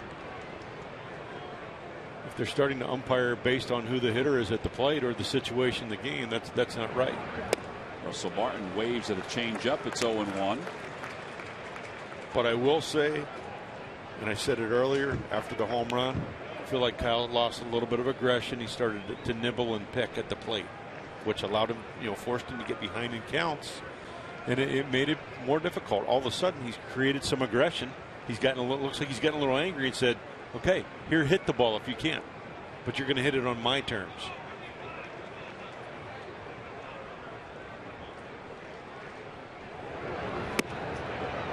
Outside, 1 ball, 1 strike.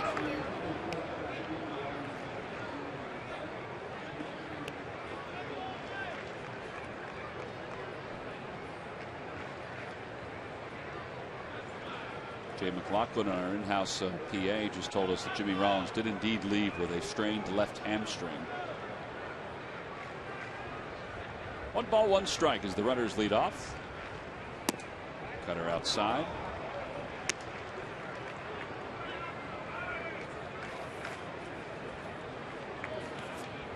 And now 2-1.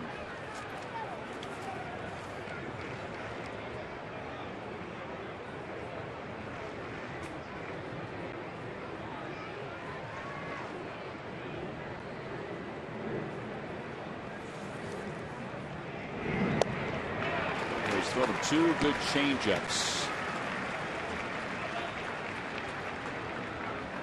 And now it's 2-2. 31 pitches this inning for Kendrick. It's really burdened his pitch count. He's at 85 at this point.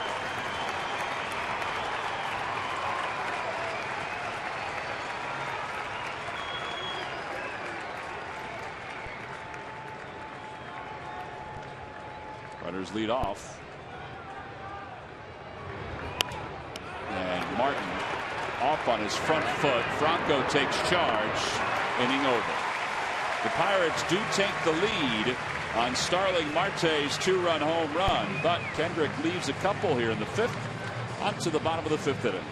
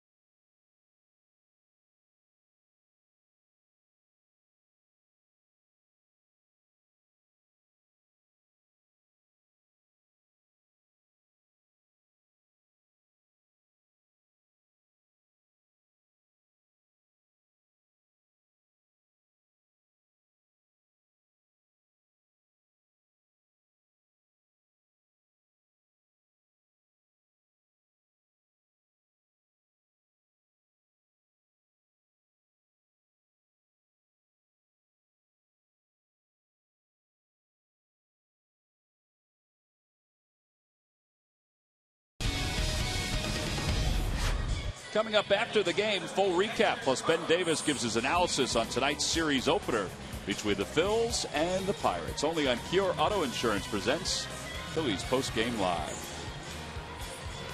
Look inside the Phillies dugout. Carlos Ruiz getting ready to lead things off for the Phils against left-hander Jeff Locke here in the bottom of the fifth inning.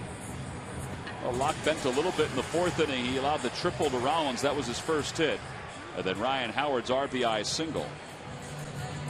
And then Marlon Byrd a double to put runners on second and third. But Darren Ruff struck out on a hanger. Locke has struck out 5 so far.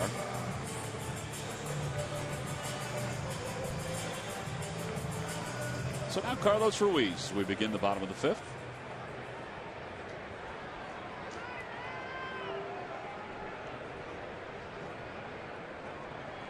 Carlos takes a strike. It's 0-1. Carlos went down looking his first time up.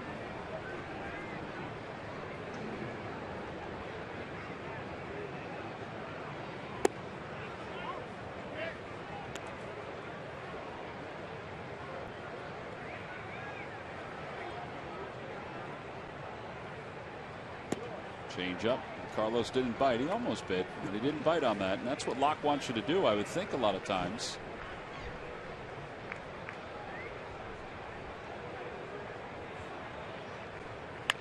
Over to third. And Ruiz is retired. One out here in the fifth. Now time for you to tweet your photo using hashtag PhillyFanPhoto for a chance to have it shown at an upcoming game broadcast. It's brought to you by AT&T.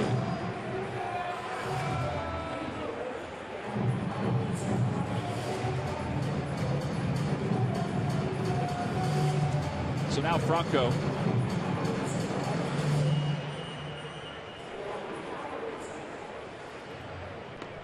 Matt, is Franco pressing a little bit, or you just think this is the natural settling in period for a young hitter? I don't think he's pressing because he's aggressive, still swinging at some pitches. I just think he's over swinging, and that's why he's hitting a lot of toppers, a lot of ground balls into the dirt. And we saw the day at third base where he had the sac fly.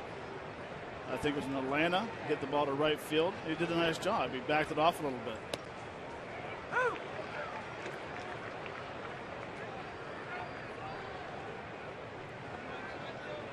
One ball and 2 strikes to Franco. In the dirt, 2-2.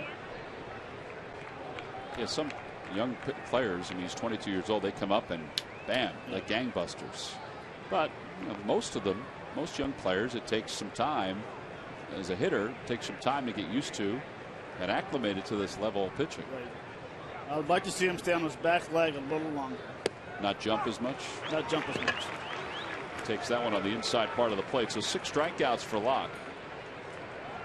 Because what happens when he jumps a little bit, as he's attacking the ball, as he jumps, his head rises a little bit. Now your bat angle all of a sudden gets on top of the ball. That's why you're hitting a lot of ground balls or out in front of pitches. Right there, you want to sit there, but all of a sudden he wants to attack. You see how the head moves, and look how it goes up. Yeah. You want to stay back to it's like a pole, like you're rotating on the pole. Back toward the middle for Kendrick, and the ball spun right back to Mercer. And it's a 1-2-3 fifth inning for Jeff Locke. So his team gives him the lead, and he throws a 1-2-3 frame. So we'll go to the 6th inning here in Philadelphia with the Pirates on top 2-1.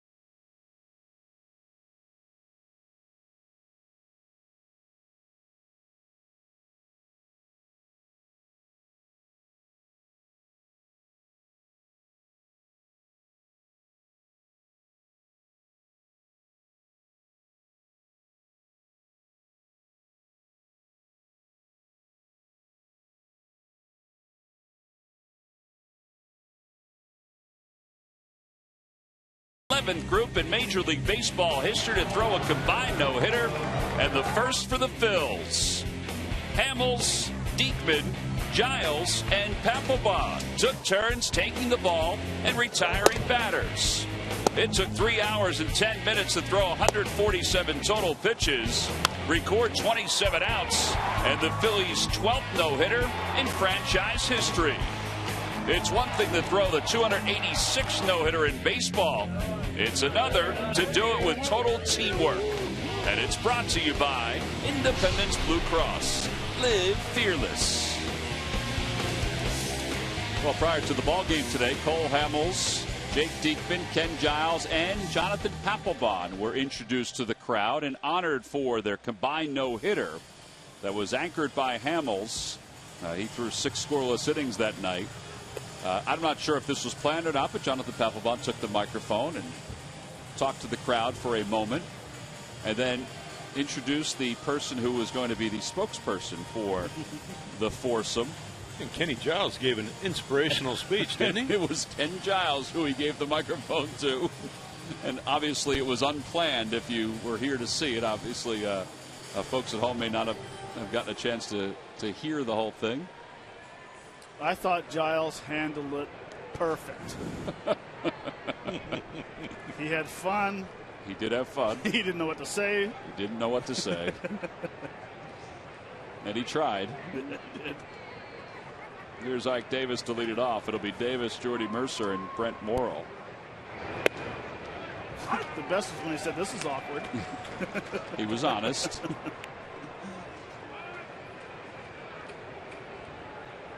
Davis has grounded out twice, once to Franco over at the shortstop position, and another time to Howard at first.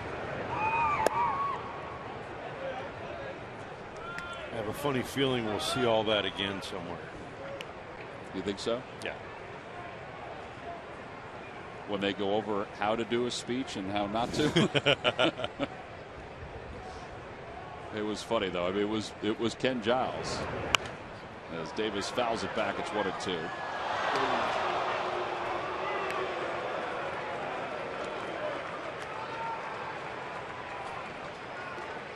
Top of the 6th inning.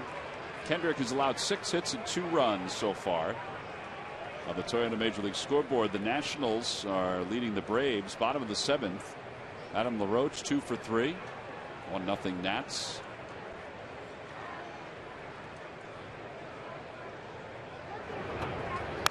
Braves are obviously still in the hunt with their position in the wild card, but they feel like, and they've had success against the Nationals this year, they feel like this is one of the most important series of the year to try to get back within reach. They're 7 out in the division.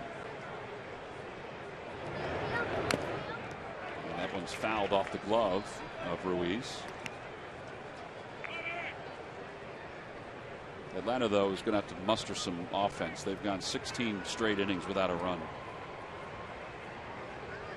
Shut out by the Marlins yesterday, and they've only scored 1 run in their last 21 innings.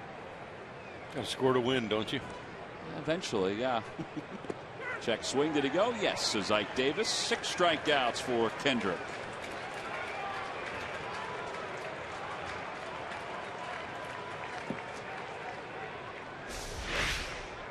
There's that good curveball right there. Has some top to bottom. Bounce it right on top of the plate.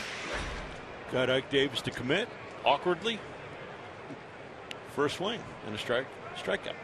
The 6th strikeout of the game. So 6 strikeouts, 2 walks, and 6 hits scattered right now for Kyle. Here's Jordy Mercer, who is 1 for 2. He doubled in his first at bat. Marlon Byrd out in right field, comes trotting in.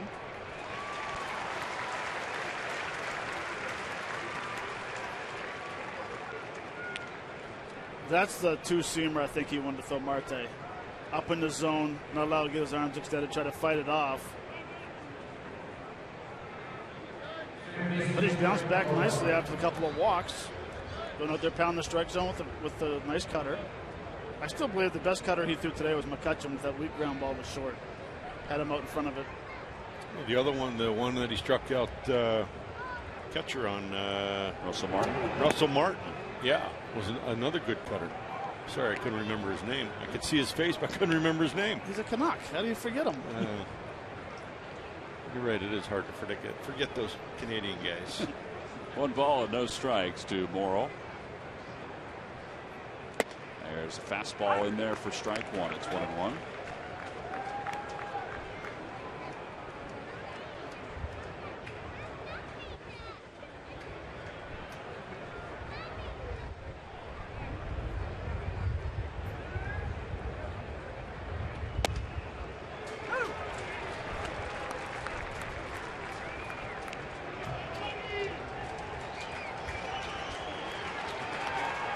I like the angle right there on that sinker.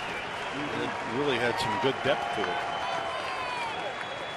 Let's see what he goes with here. Ahead 1 ball and 2 strikes. Over to the left side, Freddie Galvis on a big hop. That was a changeup. And it's a 1-2-3 inning for Kyle Kendrick. So Kendrick's only allowed 2 runs in 6 innings tonight. He's done a decent job for the Phils. Let's see if the offense at the top of the order can muster some when we get back.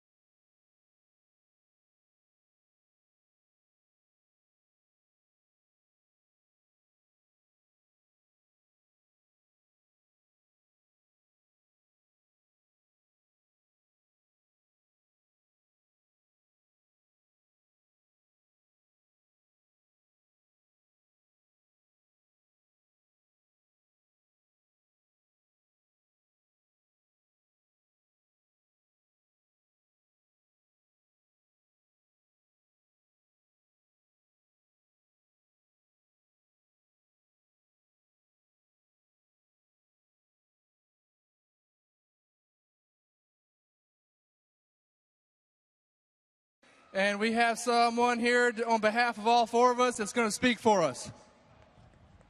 Really? Well, someone put me in the spot.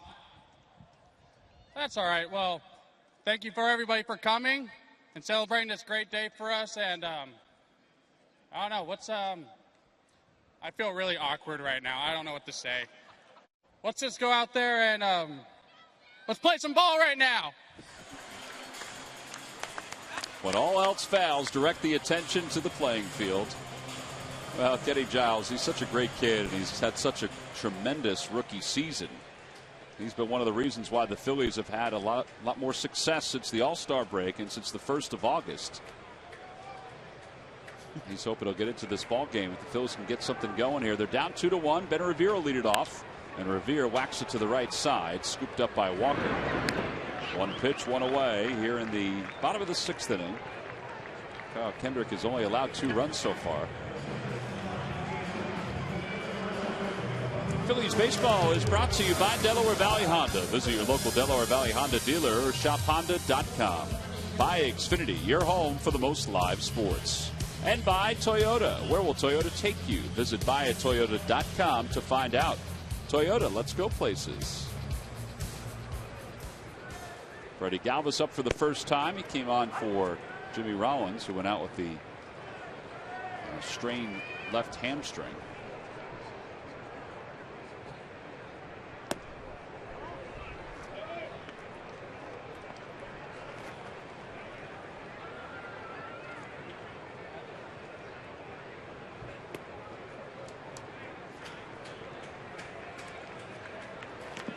Looks like Ben's going to go underneath to hit a little bit. Putting the batting gloves back on. He's got the bat in the hand. Well, maybe not. That was his practice swing. Inside, 3-1 to Galvis. That's what he's doing. He's just taking some little shadow swings. Galvis lines it foul down the left field line.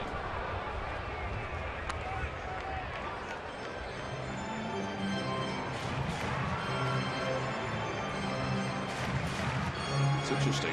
It's almost as if he's just thinking.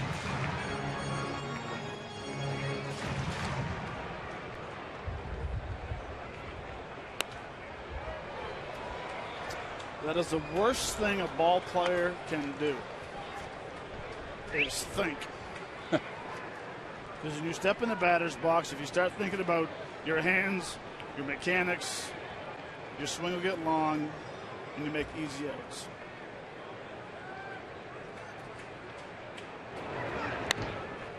As that pitch was coming in, McCutchen was shifting from right center, just a couple steps over, to left center. See where he is right now. He was on the other side of the 401 before that pitch came in. 3 balls and 2 strikes.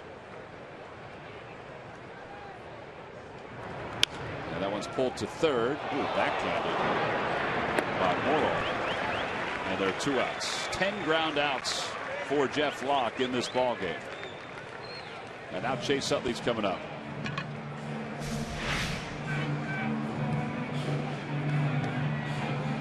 That's the old lay play. Do or die. It's a nice short-handed play. Galvis hit the ball hard. He made a nice play on it. 8-pitch at bat for Freddie Galvis.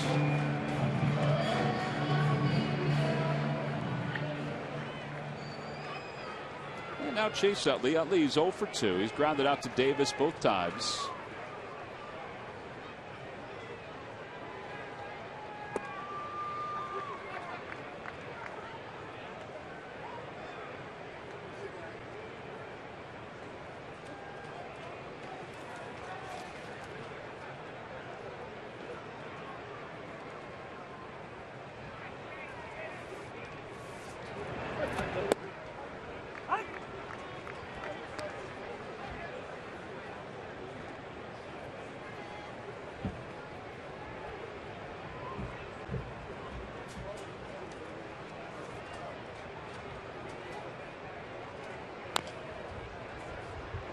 To the dugout, 1-2.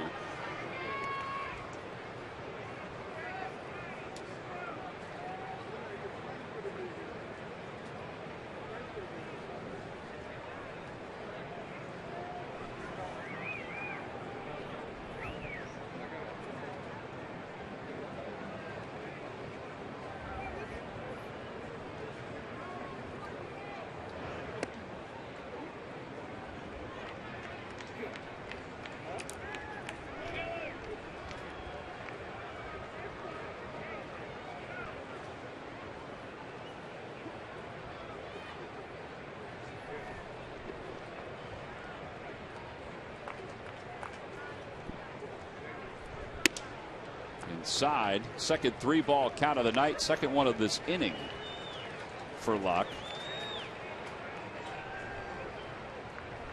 And Ryan Howard's on deck.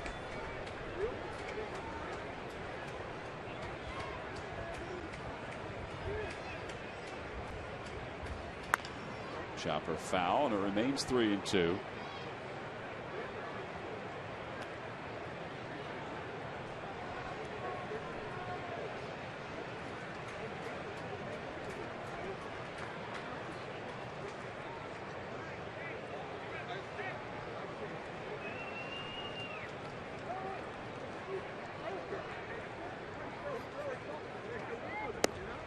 That's a called strike 3. 7 strikeouts for Locke. Utley can't believe it. Very rare that Chase Utley argues a pitch.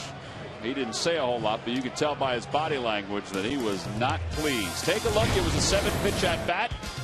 This pitch wrapped up the 6th inning as Utley goes down looking.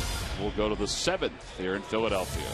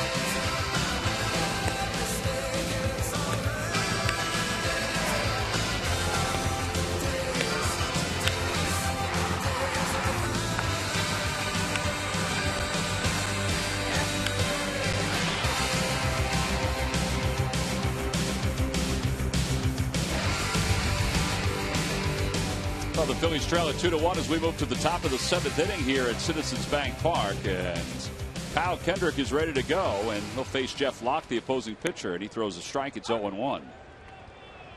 Locke is 0 for 2. He did score one of the 2 runs. He was on base when Marte homered. The ball's at 1 strike. Outside, 1-1. Chase Utley, when we went to break, went back to talk to the home plate umpire, Todd Tishner. We showed the replay, particularly the back leg. The ball was below the knee of Chase.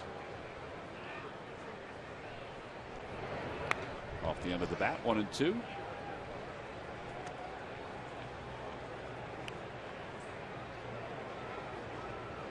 Well, he's been questioned tonight. There's no doubt about that. And as a hitter, all you ask is just to stay with that pitch a little longer, because he has good movement. Locke does.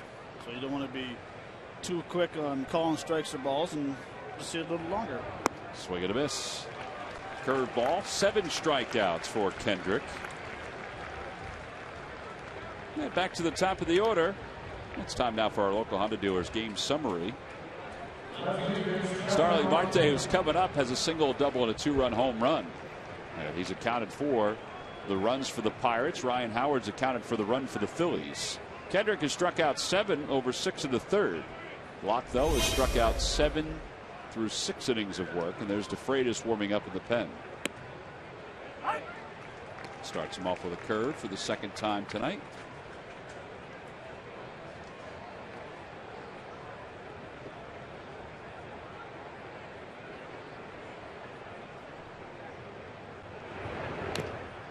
Two. Just a home run back in the 5th inning and wanted a 2-seamer in. Didn't get quite far enough, and he drove it to left field for a 2-run home run, which is his 11th of the year. Yeah, 11 home runs. In fact, he has 41 extra base hits this season. It's a pretty good total. Tried another curveball, 1-2. That one's inside and low. Darrell Ward against the Cardinals in May of 2004, the last cycle for the Pirates.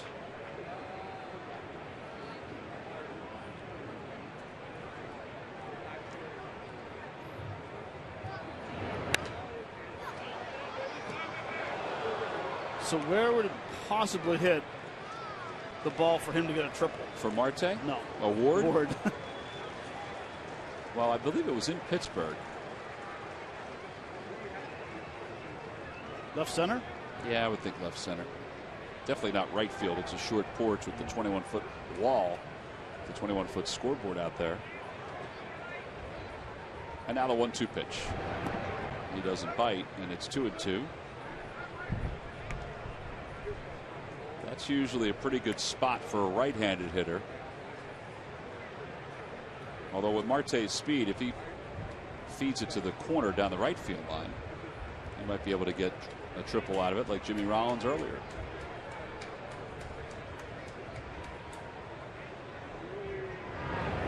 And a called strike 3. Not this time. 8 strikeouts for Kendrick. He's matched his career high for the 4th time. These lucky fans are tonight's Citizens 7. They will receive a prize pack courtesy of Citizens Bank. Good banking is simple, clear, and personal, and that's helping you bank better. Citizens Bank, good banking is good citizenship.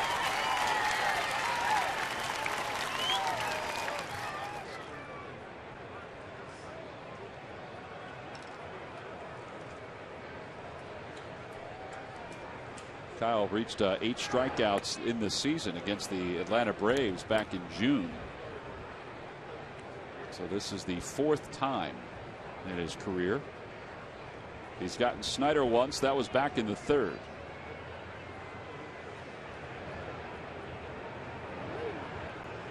One ball, no strikes to Travis Snyder.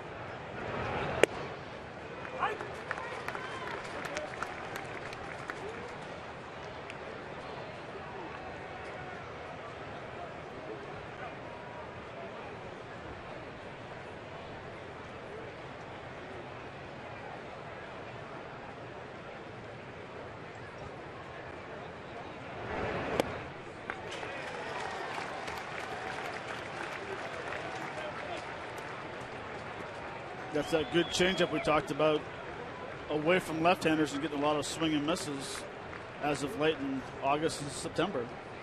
All because of that good fastball inside.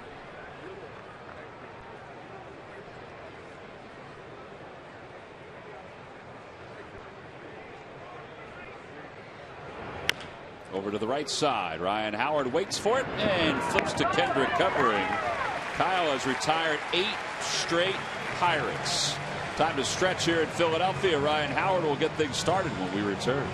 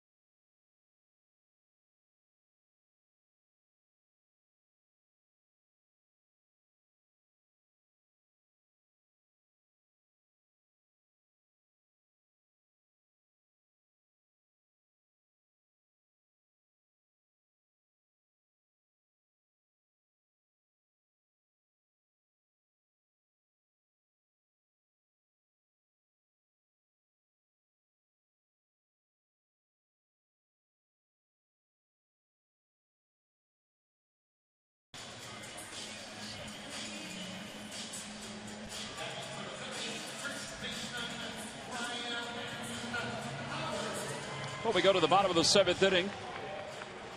2-1 Pirates on top. We appreciate that, Danny. Boy, what a day it was for the Penn State Nittany Lions.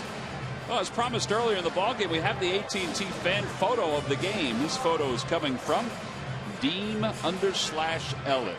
Up close with Justin DeFreitas. Likeable fella. Had a chance to see Justin down in Atlanta. Tweet your photo to hashtag #PhillyFanPhoto to have it shown in an upcoming game broadcast brought to you by AT&T. Ryan Howard just smashed one off his foot to start the bottom of the 7th. In right field, Gregory Polanco will take over for the Pirates. He's in there for Travis Snyder. He is really deep in right field, too. Here in the bottom of the 7th.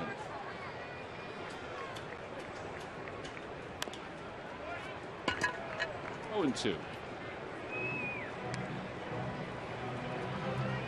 Just a couple steps from the warning track. But doesn't. Why? You turn and it's gone. I don't know. So you want to play shallow on a small ballpark because anything that's hit over your head is going to be a home run. He should know by playing in Pittsburgh. That's a good point. Swing and a miss. 1 out. 8 strikeouts for Locke. That'll bring Marlon Byrd to the plate. Let's check in with Greg Murphy. Murph.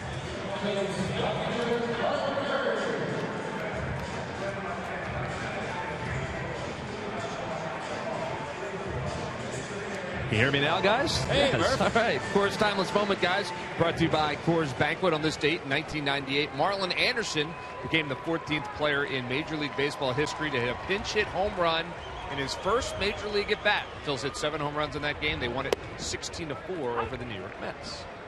7 home runs in that ball game. Yeah. Saw Marlon obviously in Atlanta. He was doing the radio with Scott. Larry had the time off.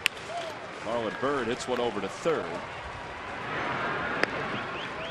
Well, there are 2 outs. Here we go. We flash back to the vet.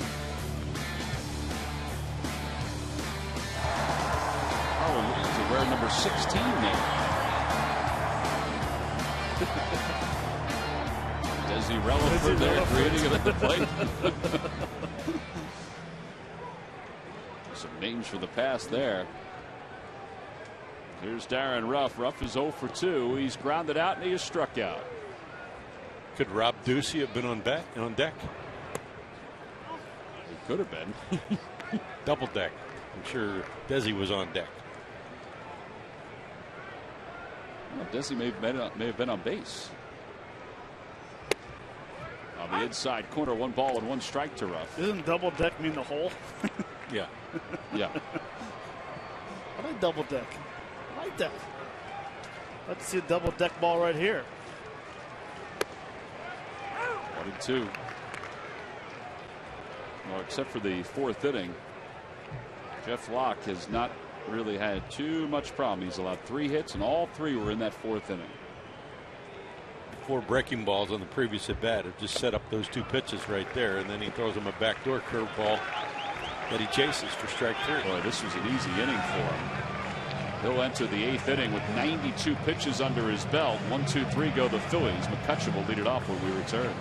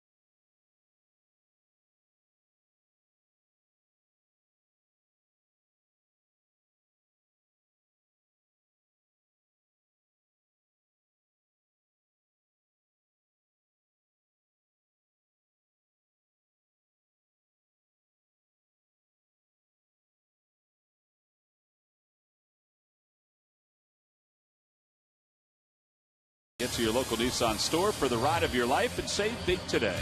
By AT&T, mobilizing your world. And by Chevrolet. Visit your local dealer at ChevyDealer.com. Well, we go to the 8th inning, and this is a pitcher's duel between Kyle Kendrick and Jeff Locke. Kendrick's done a nice job tonight. He has struck out 8. He's allowed just the 2-run home run basically to Marte.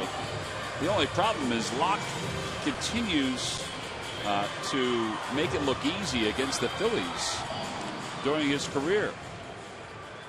I mean, this is his 4th start against the Phillies. Now, he may be done. They have bullpen action right now. Tony Watson is throwing in the pen. But he has struck out 9. He's retired 10 straight since the double by Marlon Byrd. I mean, they can easily put him back out there again if they want to. I mean, but it looks like Watson's going to get the call. Yeah, I'm not sure why you wouldn't have your starter go back out there. He hasn't really been in very much duress tonight. He's pretty much control of the game unless they have a pitch count on him.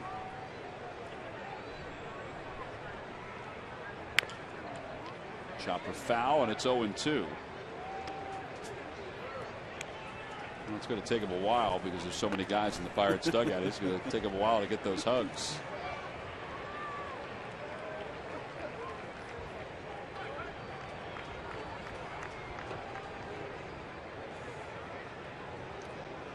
No balls, 2 strikes.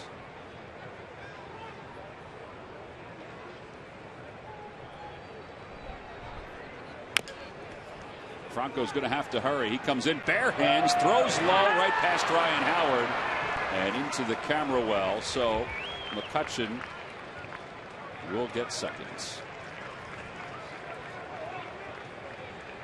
Well, that'll be a base hit, I would think, and then an E5.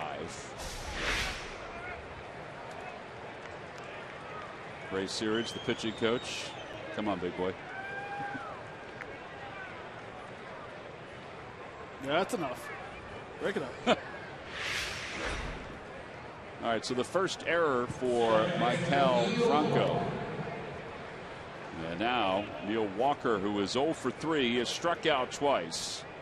And he's grounded out. The Phillies have Diekman and DeFreitas throwing in their pen.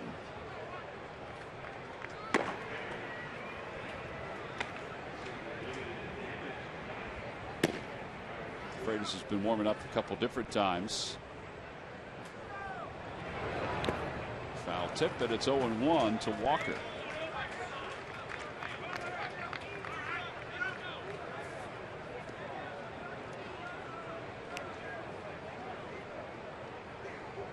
One of the games where Kyle has struck out 8 in his career, we said, was earlier this year against the Braves. That was also the game in which he reached his career high in pitches. He threw 123 in that ball game. And the 0-1 pitch. A line drive, base hit to right field.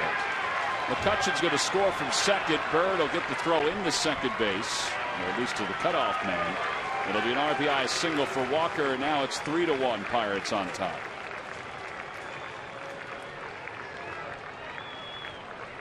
So the error by Franco has helped lead to the third run. And Russell Martin is due up for the Pirates.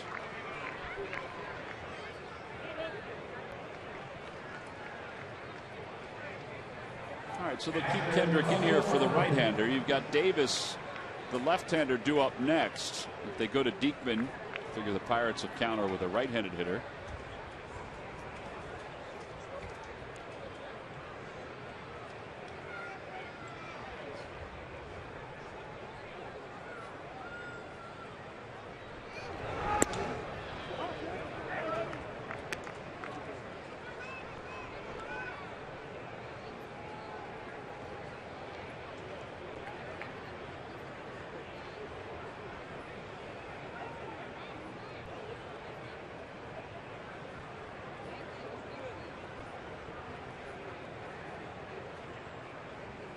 Runner goes.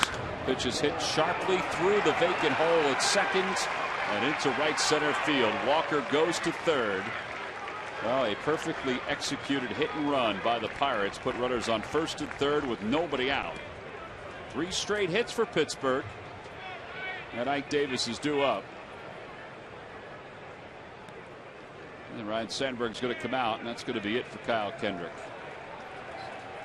So Kendrick charged with 3 runs so far, but he's responsible for the 2 runners that are on base. And Sandberg signals to the pen to get Jake Diekman in. And Ike Davis will go back. Gabby Sanchez will come out of the dugout for the Pirates. So we've got a pitching change here at Citizens Bank Park. We'll have a new hitter as well. Jake Diekman's coming on in a 3-1 ball game with the Pirates still threatening for more.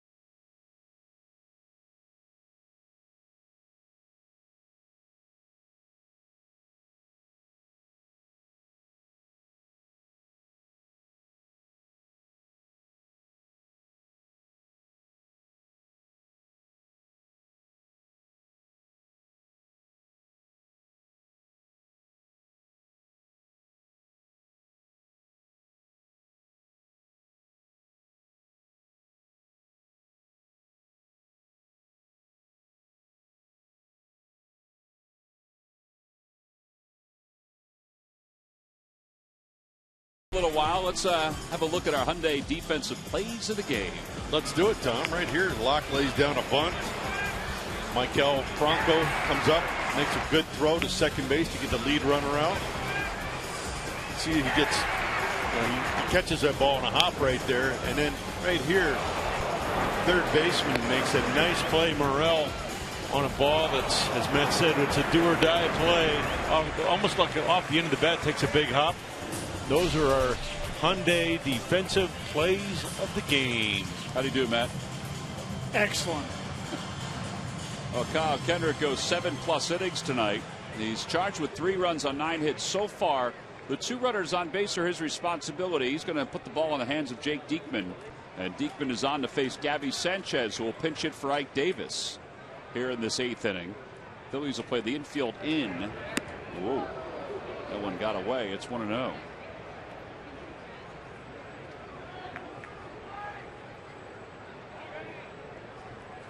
Neil Walker's over at third.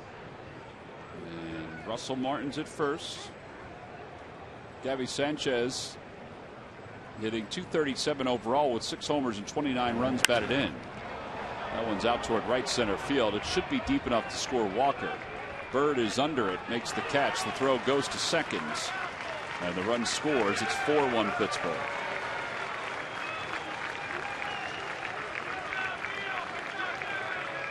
Sacrifice fly, and that'll bring Jordy Mercer to the plate.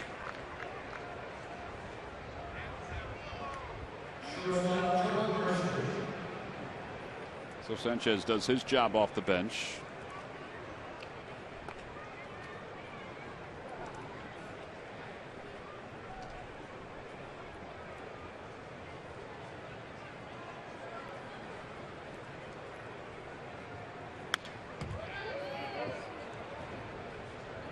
Bryce Harper of the Nationals had high praise for the Phillies bullpen after the series came to a close in Washington, particularly Diekman and Giles. Jim Salisbury from CSNPhilly.com had the quotes, and Harper said it's unbelievable to see those 2 arms come out. And then he said you have Pappy at the end of the game.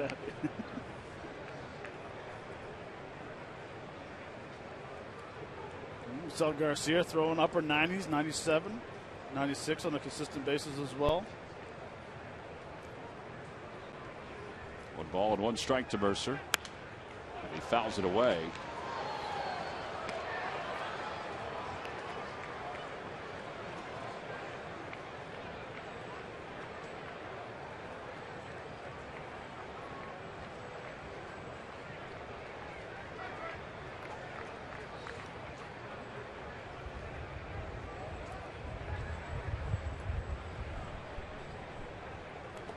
In the dirt. Carlos making sure he keeps it in front of him, keep that double play in order. Give the offense a couple more chances. It's a 4-1 game. Diekman is trying to make sure that's it. He's allowed 1 inherited runner to score in this inning on the sac fly.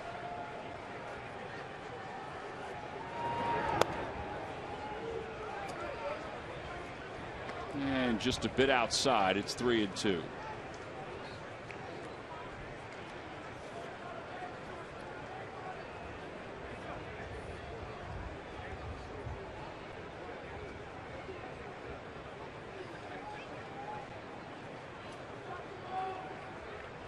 Runner goes, and the pitch is fouled away. And Martin will head back to first. Most popular way to follow the September pennant races is with MLB.com At Bat, the #1 app for live baseball. Enjoy live look-ins, replay reviews, scores, live radio broadcasts, the MLB.TV game of the day, and more. Get At Bat for your smartphone or tablet on the App Store. Visit MLB.com. Runner goes again. The pitch is lined down the right field line. Bird on the run, and he won't get there. It goes to the wall. Martin's around third. It's bobbled by Bird. Mercer's around second. He's going to third, and he'll get there standing. 5-1 Pirates on top, as they've kind of busted things open here in the 8th inning. I think that's going to go down as a double and probably an E9 to allow Mercer to go to third. Just a fastball out of the zone. Mercer doesn't try to do too much. Just goes with the pitch to right field. Right there, Marlon Berg kind of a little too quick to spin. The ball came off his glove and allowed Mercer to get to third base. Yeah, I think Martin would have scored anyway. But we'll see if they give an RBI to Mercer. He's at third. The infield is in. And the batter is Morrill, the third baseman. And he hits it foul. It's 0-1.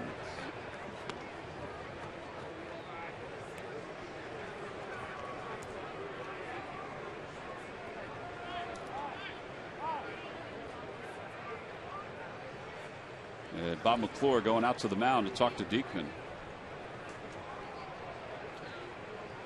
They do score a double and an RBI and an E9 to allow Mercer to go to third.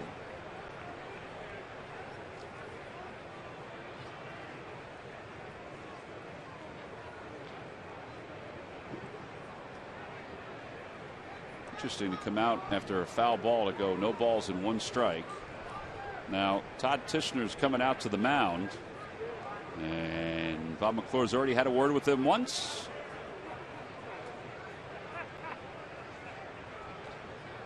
And he just breaks up the conversation. And Luis Garcia starts to warm up in the bullpen for the Phillies.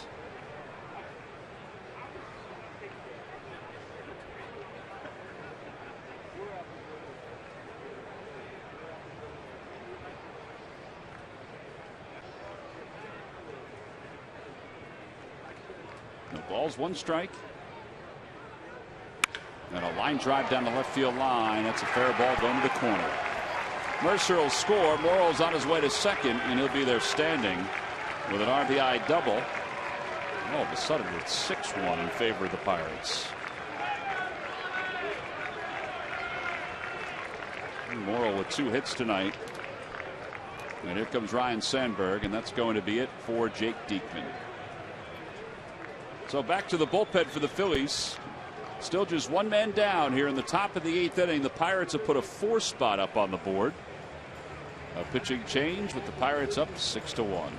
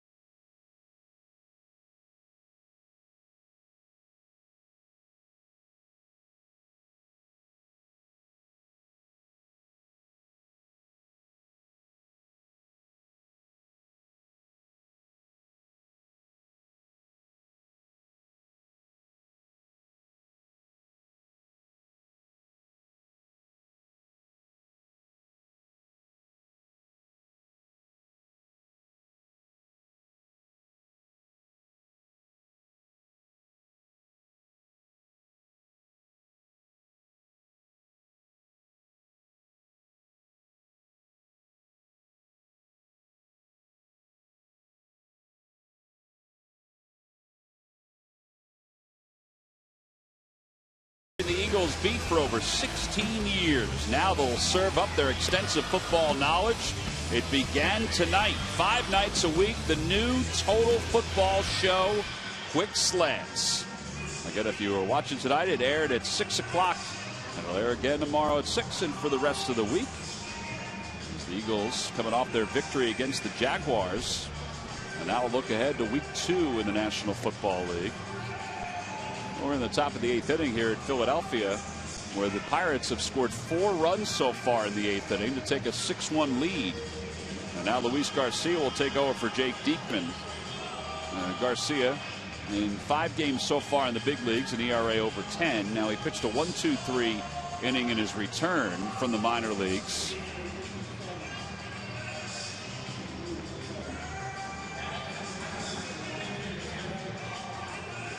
So Garcia will come on to face Andrew Lambeau, who will come on to pinch hit for Jeff Locke. Lambeau this year in the big leagues hitting .261 with no homers and 1 RBI. He had .328 down in the minor leagues with 11 home runs and 42 runs batted in.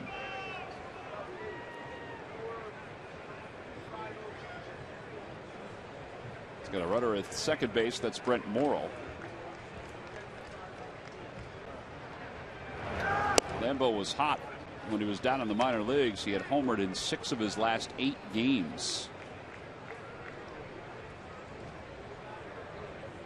Speaking about hot, that's what the Pirates hitters are right now. They had 19 hits yesterday. 11 today, 30 in 2 days. Yeah, they're hitting a lot of home runs too. Now tonight they've got the home run by Marte. They also have a lot of extra base hits.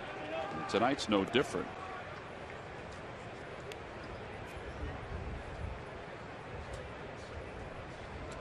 Which tells me that there's a lot of hitters standing in that batter's box with no fear of anything inside. What do you think, Jamie? Right with you. 1 ball and 1 strike to Lambeau. Swing and a miss, 1-2. Every time the Phillies pitchers retired, the opposition 1-2-3. Kyle Kendrick did it 3 times tonight. Comcast will make a contribution to Phillies charities. Phillies baseball is brought to you by Xfinity, your home for the most live sports. Really didn't see any uncomfortable at bats tonight. No. Both pitchers had pretty good command and control of the game, but you still have to show in off the plate. Well, there's a strikeout of Lambeau. How about 98 miles an hour for Luis Garcia?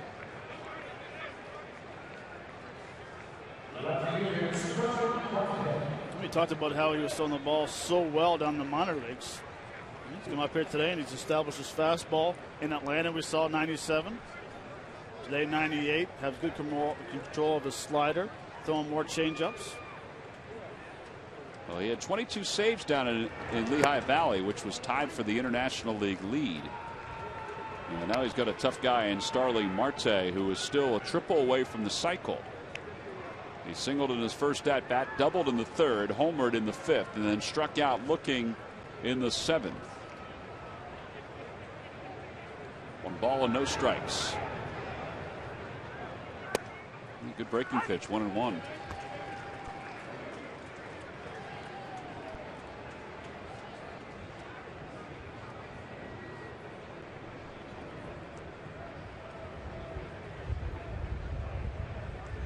Luis has continued to get himself in even better shape over the last couple of years.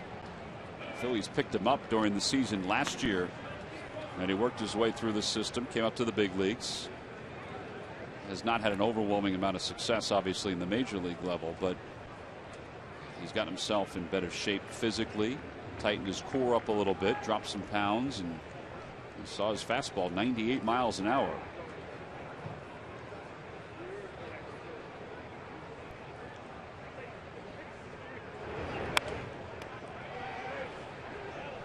One ball, 2 strikes to Marte. Morrill at second base.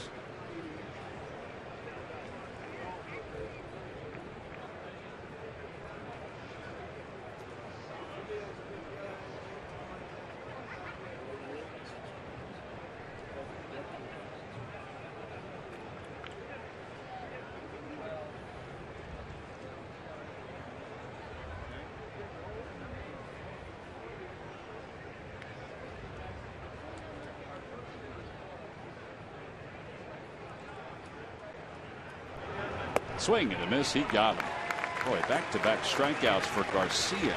He's retired 5 in a row since his return. He leaves 1 in scoring position. We'll go to the bottom of the 8th inning with the Pirates on top.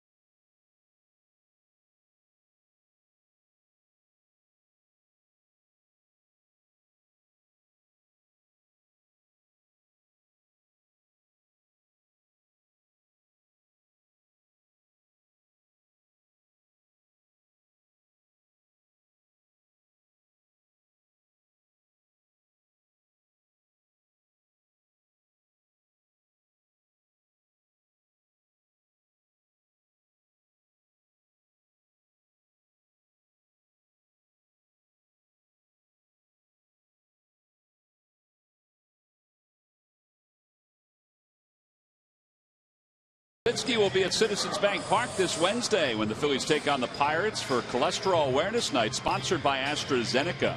AstraZeneca will offer free cholesterol screenings at the game for adults 18 and older. That's from 5:05 until 8 p.m. Join us at Cholesterol Awareness Night and get to know your numbers. Well, Jeff Locke is done after 7 innings.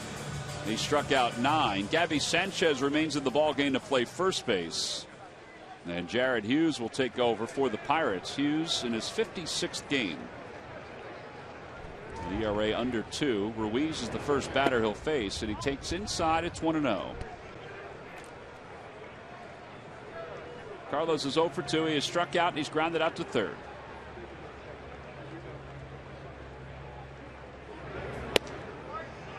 One and 1 to Carlos.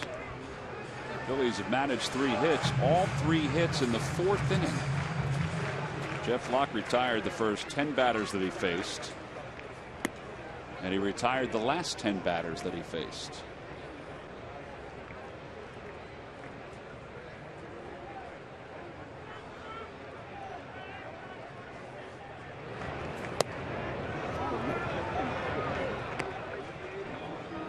Balls and 1 strike.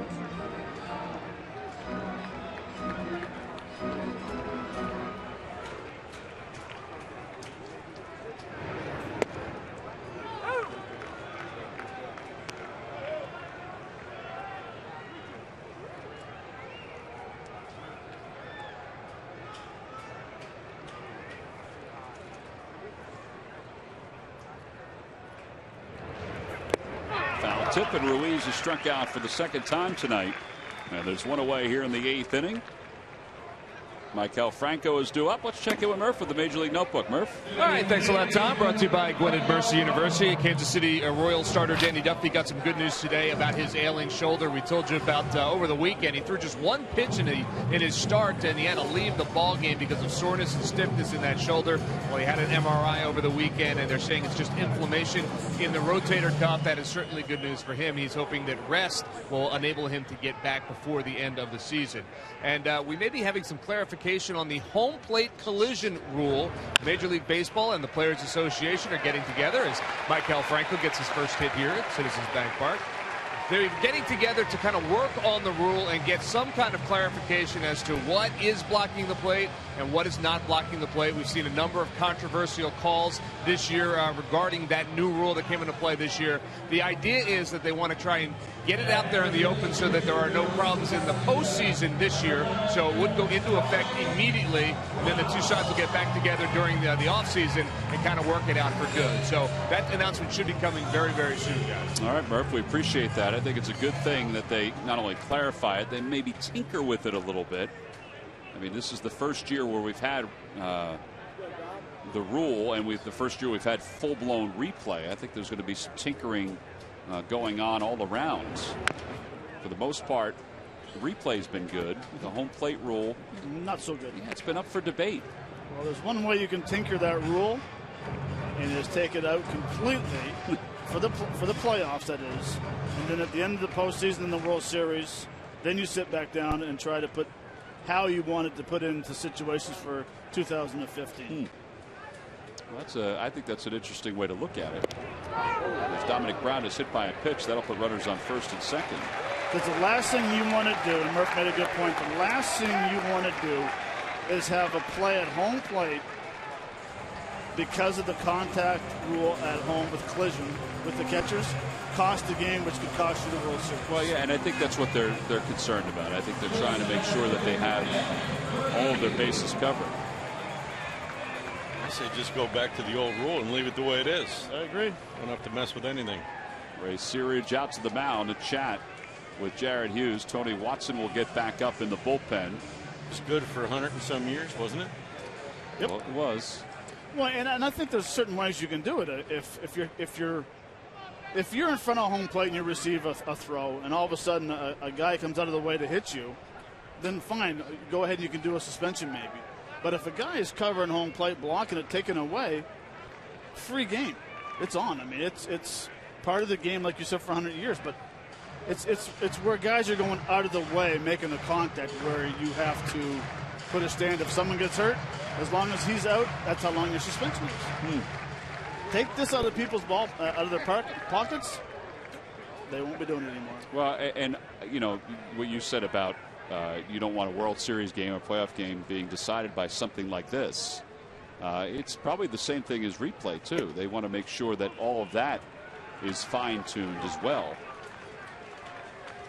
Now with replay, as you go deeper into the postseason, there'll be more eyes that could probably be on some of those games than are on the games now. 1 ball and no strikes to Ben Revere with runners on first and second. 1-1. Ben is 0 for 3 tonight. He's grounded out 3 times.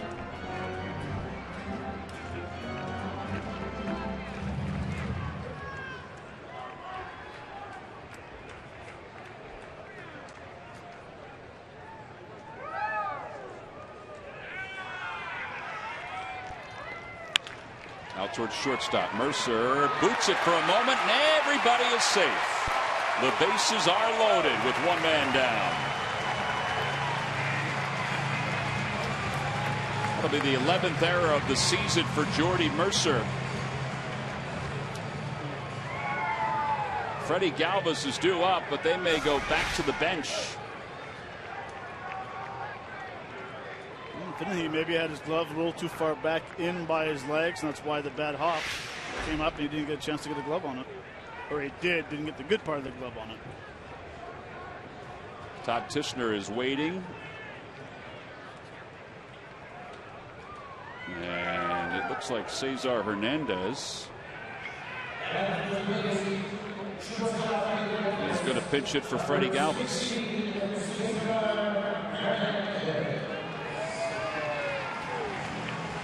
So Cesar will pitch hit for Freddie Galvis. And here comes Clint Hurdle limping out to the mound. Now Hernandez is a switch hitter, so if they decide to go to the lefty, they don't have to make a change for a right-handed batter. So a pitching change for the Pirates. The bases are loaded. Here at the bottom of the 8th inning, the Phillies down by 5.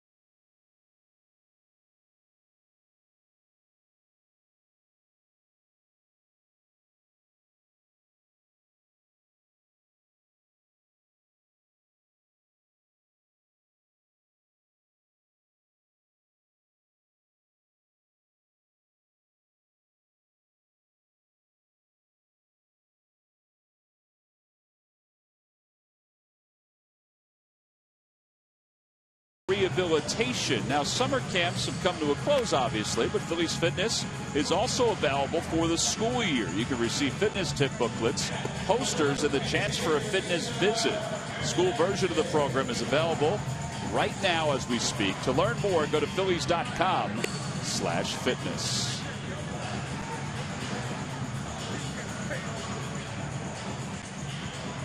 Ryan Sandberg put Cesar Hernandez up as a pinch hitter.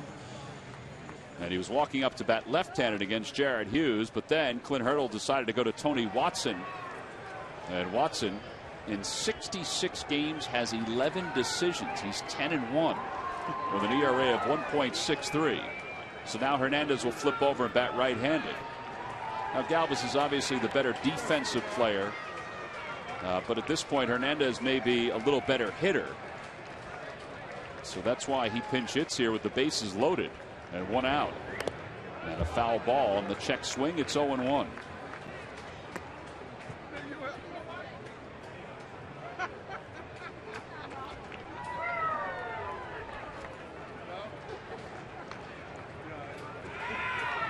Five for 24 as a pinch hitter.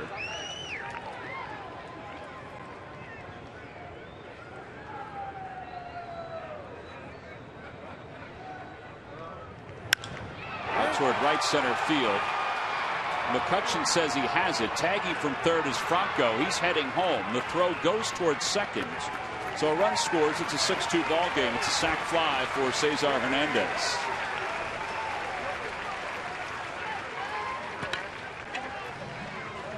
And now runners on first and third.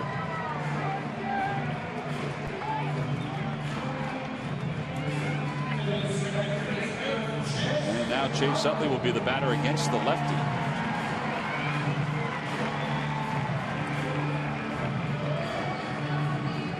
Chase is 0 for 3. He's grounded out twice. He's also struck out looking.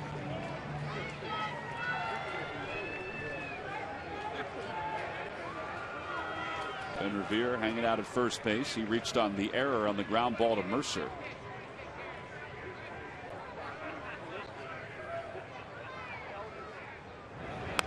And Utley fouls it back. It's 0-1.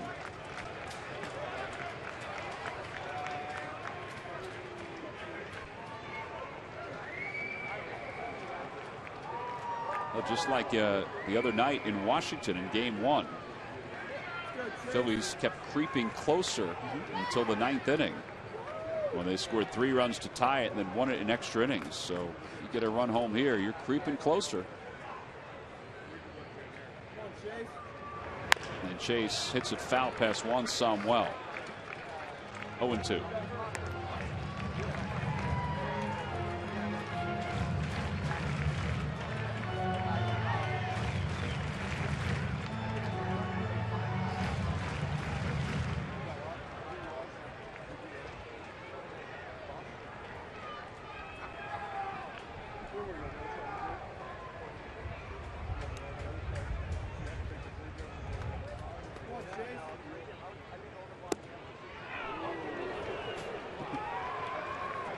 Ball, 2 strikes.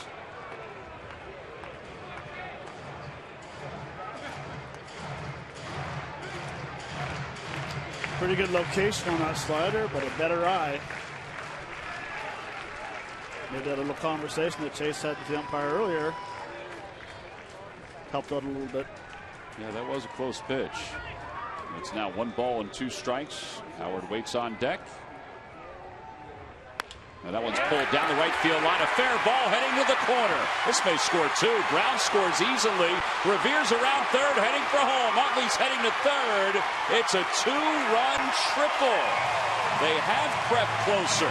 It's a 6-4 ball game.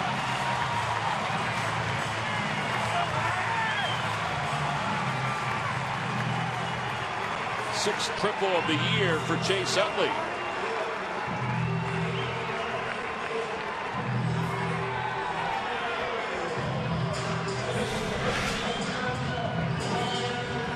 Chase saw that slider that swept just off the plate earlier. That one stayed on the plate, and he stayed on it and pulled it right down the right field lane. He got a favorable kick. That ball got away from Polanco, allowed both runners to score, and Chase hustled himself to third base. Well, now they play the infield to pull with Utley over at third and Howard at the plate. And Howard fouls it. It's 0-1. Got tied up on that 95-mile-an-hour fastball.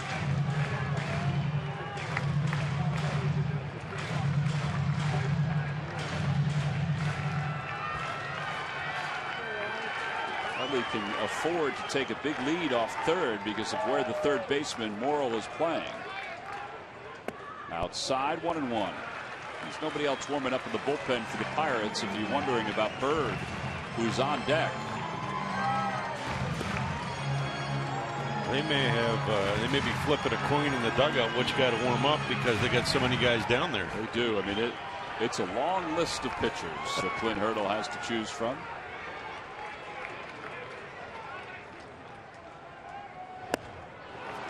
Another 95-mile-an-hour fastball, and it's 1-2. Howard just asked if that was a good pitch.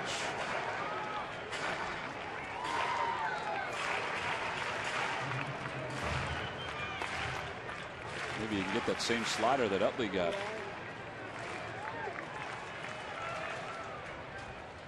Ooh, it hit him. Ryan Howard hit by a pitch. And that'll put runners on first and third. It means the tying run is aboard.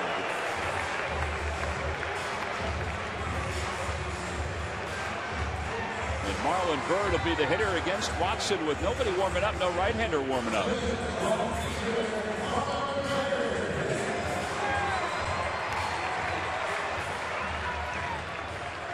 Dave Joust with the notebook of matchups next to Hurdle.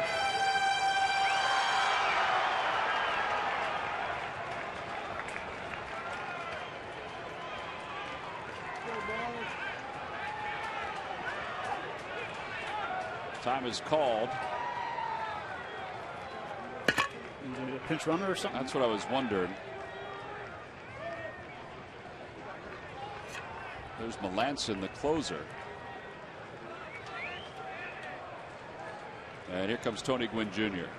So he'll pitch run for Ryan Howard. Phillies also have a few extra players on the bench with the expanded rosters, so they get some more speed on first base.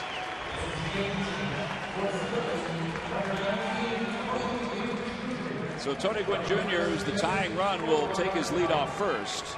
And Marlon Byrd is the batter. Now the outfielders have taken a few steps back. They are deep all the way around from left to right.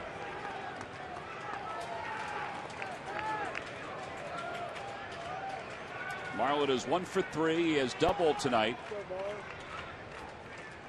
And a breaking ball inside. It's 1-0.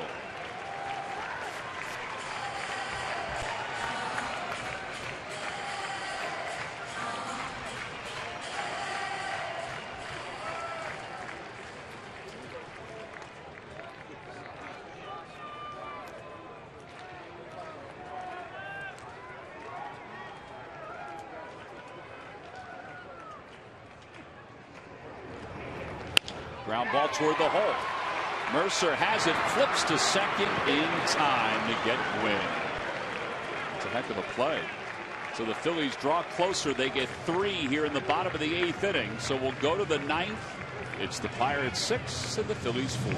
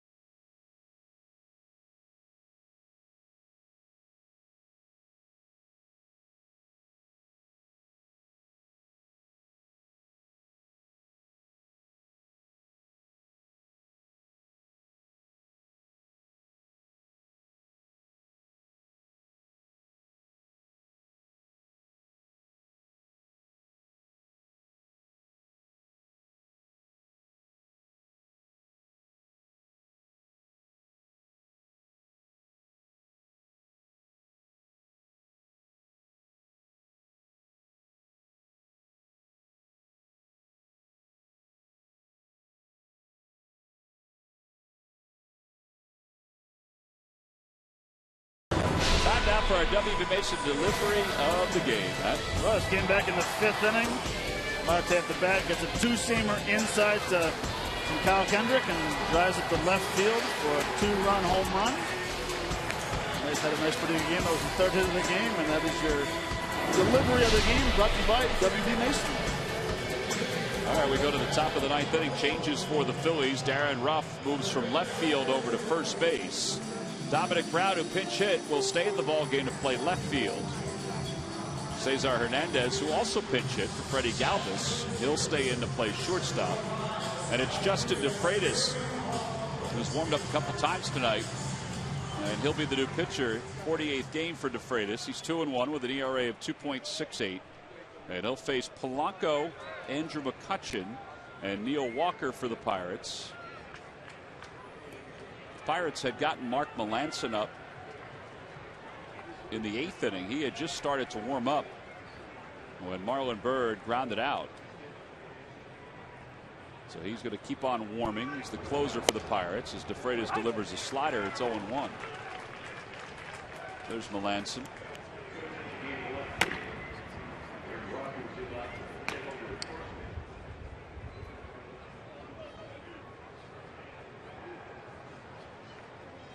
Polanco on the year hitting .238 with 6 home runs, 30 runs batted in.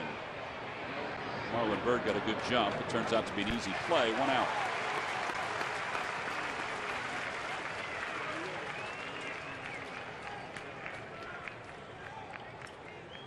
And here comes Andrew McCutchen.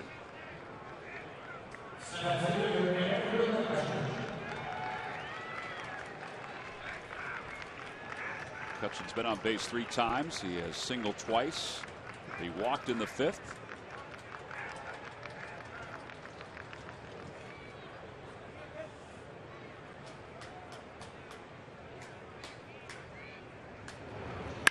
And a line drive off the glove of Hernandez. So 1 hopper off his glove. And that'll put a base runner on with 1 out. Neil Walker coming up.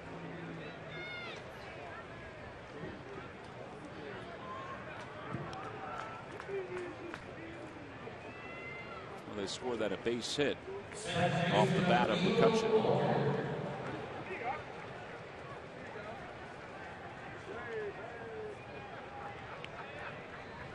So Walker's coming up. He had an RBI single in the 8th inning.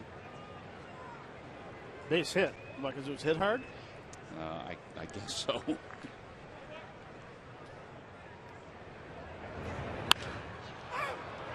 Popped him up. Franco over at third. Hernandez is there too, and Franco makes the catch as he backpedals into shallow lefts. 2 outs.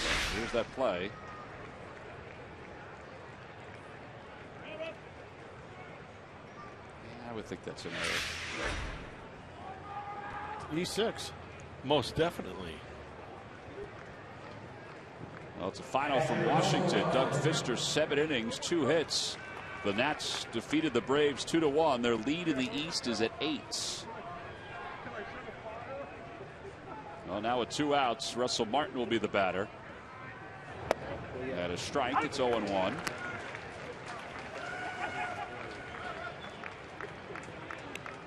Even though it's a 6-4 game, you got to make sure you slow your delivery down. Look, a couple looks because McCutchen wants to take off because he already faked twice. Inside, he's got 17 stolen bases this year. 1 ball, 1 strike.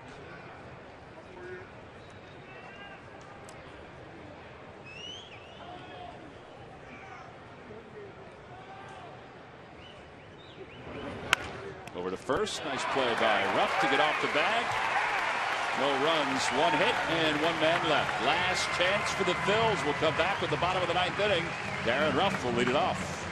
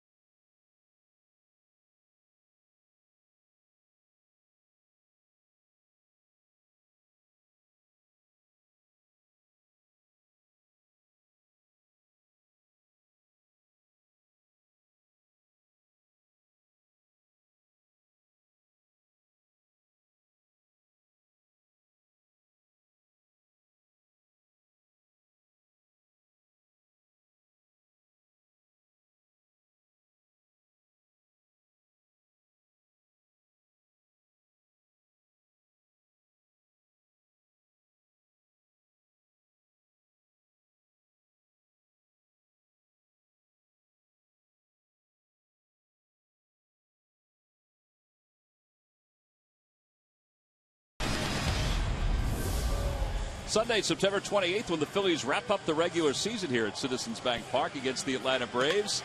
It'll be Fan Appreciation Day. All the fun and surprises of a traditional Phillies Fan Appreciation Day, plus the Citizens Bank Fathead with 2015 schedule free to all fans. Order your tickets now by going to Phillies.com. All right, so we go to the bottom of the 9th inning, and Mark Melancon, the closer for the Pirates, will be on. With the Phillies down by 2, Melancon 26 saves and 30 opportunities. He took over for an injured Jason Grilli a year ago and really hasn't looked back as the closer of the Pirates. 59 strikeouts and 61 innings of work. Batting average against and the home runs allowed, just 2 home runs allowed. Well, when he was with the Astros, I had a chance to face him. I thought he had a very good cutter. He had a good life with his fastball. Then he went to Boston and kind of lost it a little bit. I don't know if he lost his confidence, but back here in 2014, he's got that cutter back and his velocity's up again. Well, Darren Ruff will lead it off here in the 9th inning. Ruff tonight is 0 for 3, has struck out twice. Once in the 4th, once in the 7th.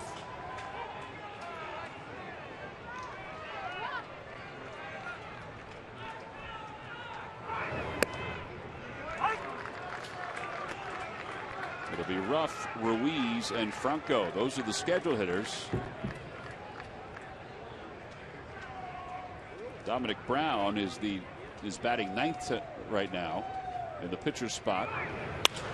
As Ruff breaks his bat, it's 0-2.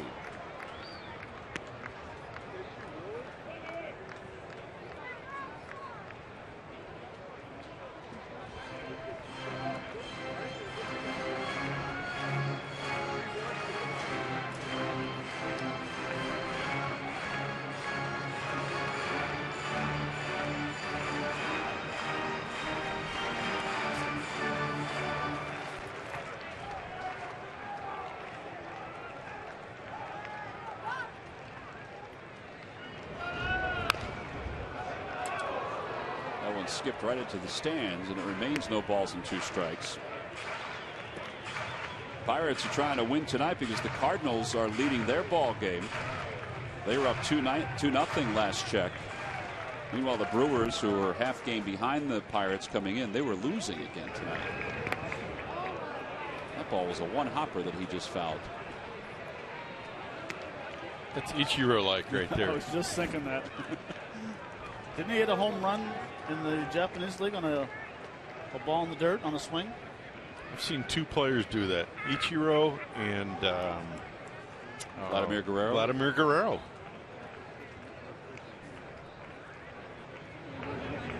Swing and a miss, and there's one out.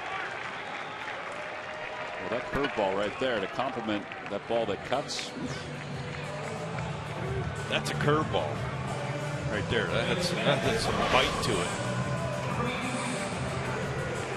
Top to bottom. Old fashioned 12-6. It's quite firm and it has some depth. Carlos is 0 for 3. He also has struck out a couple times tonight.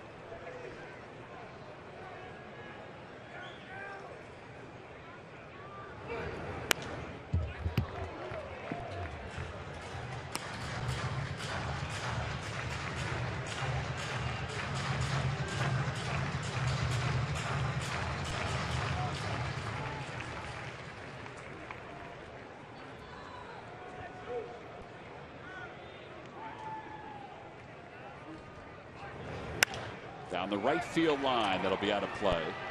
And now 0-2 to Ruiz. Franco's on deck. Phillies looking to get a base runner to bring the tying run to the plate. The 3-run rally in the 8th inning. And that came with 1 man down.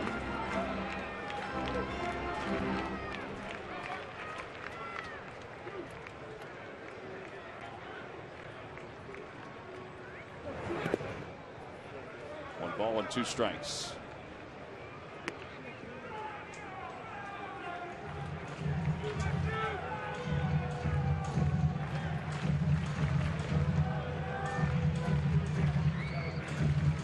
Buchanan will get the nod tomorrow.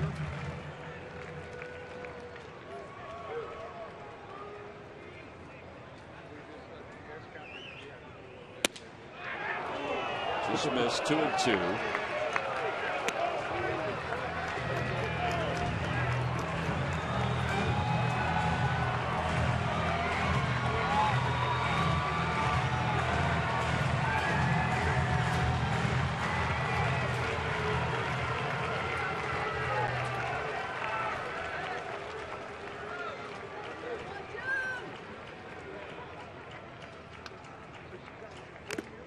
A foul ball, so Ruiz stays alive.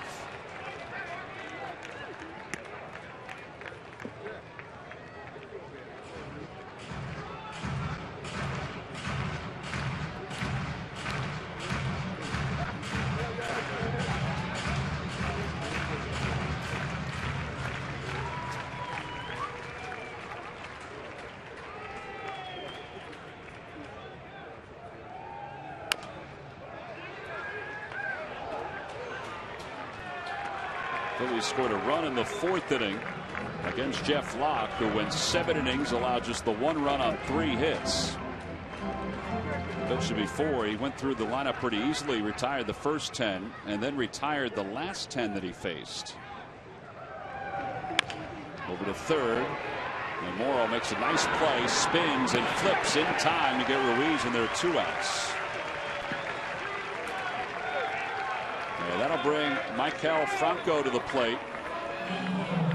Reminder after the ball game, Ben Davis is standing by to break down tonight's game on Phillies Post-Game Live, presented by Cure Auto Insurance. I'm sure Ben will chat about Jeff Locke and his dominance as he quieted the Phillies offense tonight. Phillies had the 3 hits in the 4th inning, and then Locke retired the next 10 before he gave way to the bullpen, and then the Phillies finally got some runs in the 8th inning. Here's Franco. Fouls it off. Franco singled his last time up. That broke an 0 for 9 stretch for Franco. Gave him his 2nd hit.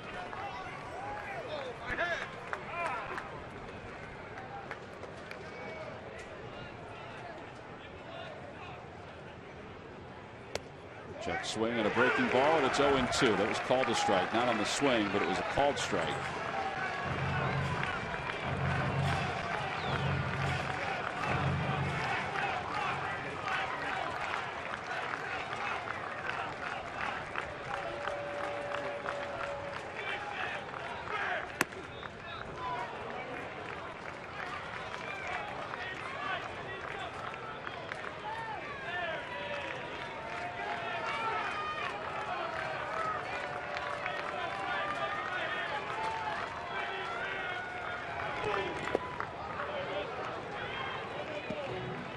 Looked like it snuck up on Russell Martin's neck as he blocked it. It's 2 balls and 2 strikes.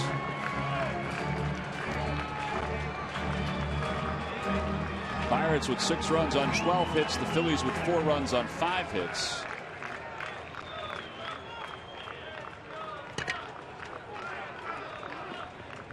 Two balls and 2 strikes. A high chopper to third. Morrow's got it.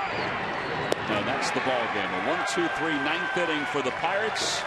They take game 1 of this 4-game series 6-4 over the Phils. Starling Marte had 3 hits in his first 3 at-bats, including a 2-run home run that gave the Pirates the lead for good. That was back in the 4th inning of tonight's ball game. Our Chevrolet player of the game. Well, Jeff Locke was pretty darn good tonight, Jamie. Yes, he was, and he left off from his previous outing against the Phillies in Pittsburgh. And early in the game, he showed a lot of breaking balls, some change-ups, but as he got deeper into this game, he located his fastball, used his fastball on both sides of the plate, and was just very dominant. You know, he always seemed to have that curveball in his back pocket. There you saw a changeup for strike 3 to Chase Utley.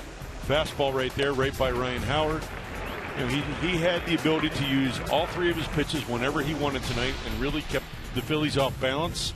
And that's why he's the player of the game, Chevrolet player of the game. So for the Pirates, their 75th win of the season. They win at 6-4. We'll be back to Citizens Bank Park to wrap it up right after this.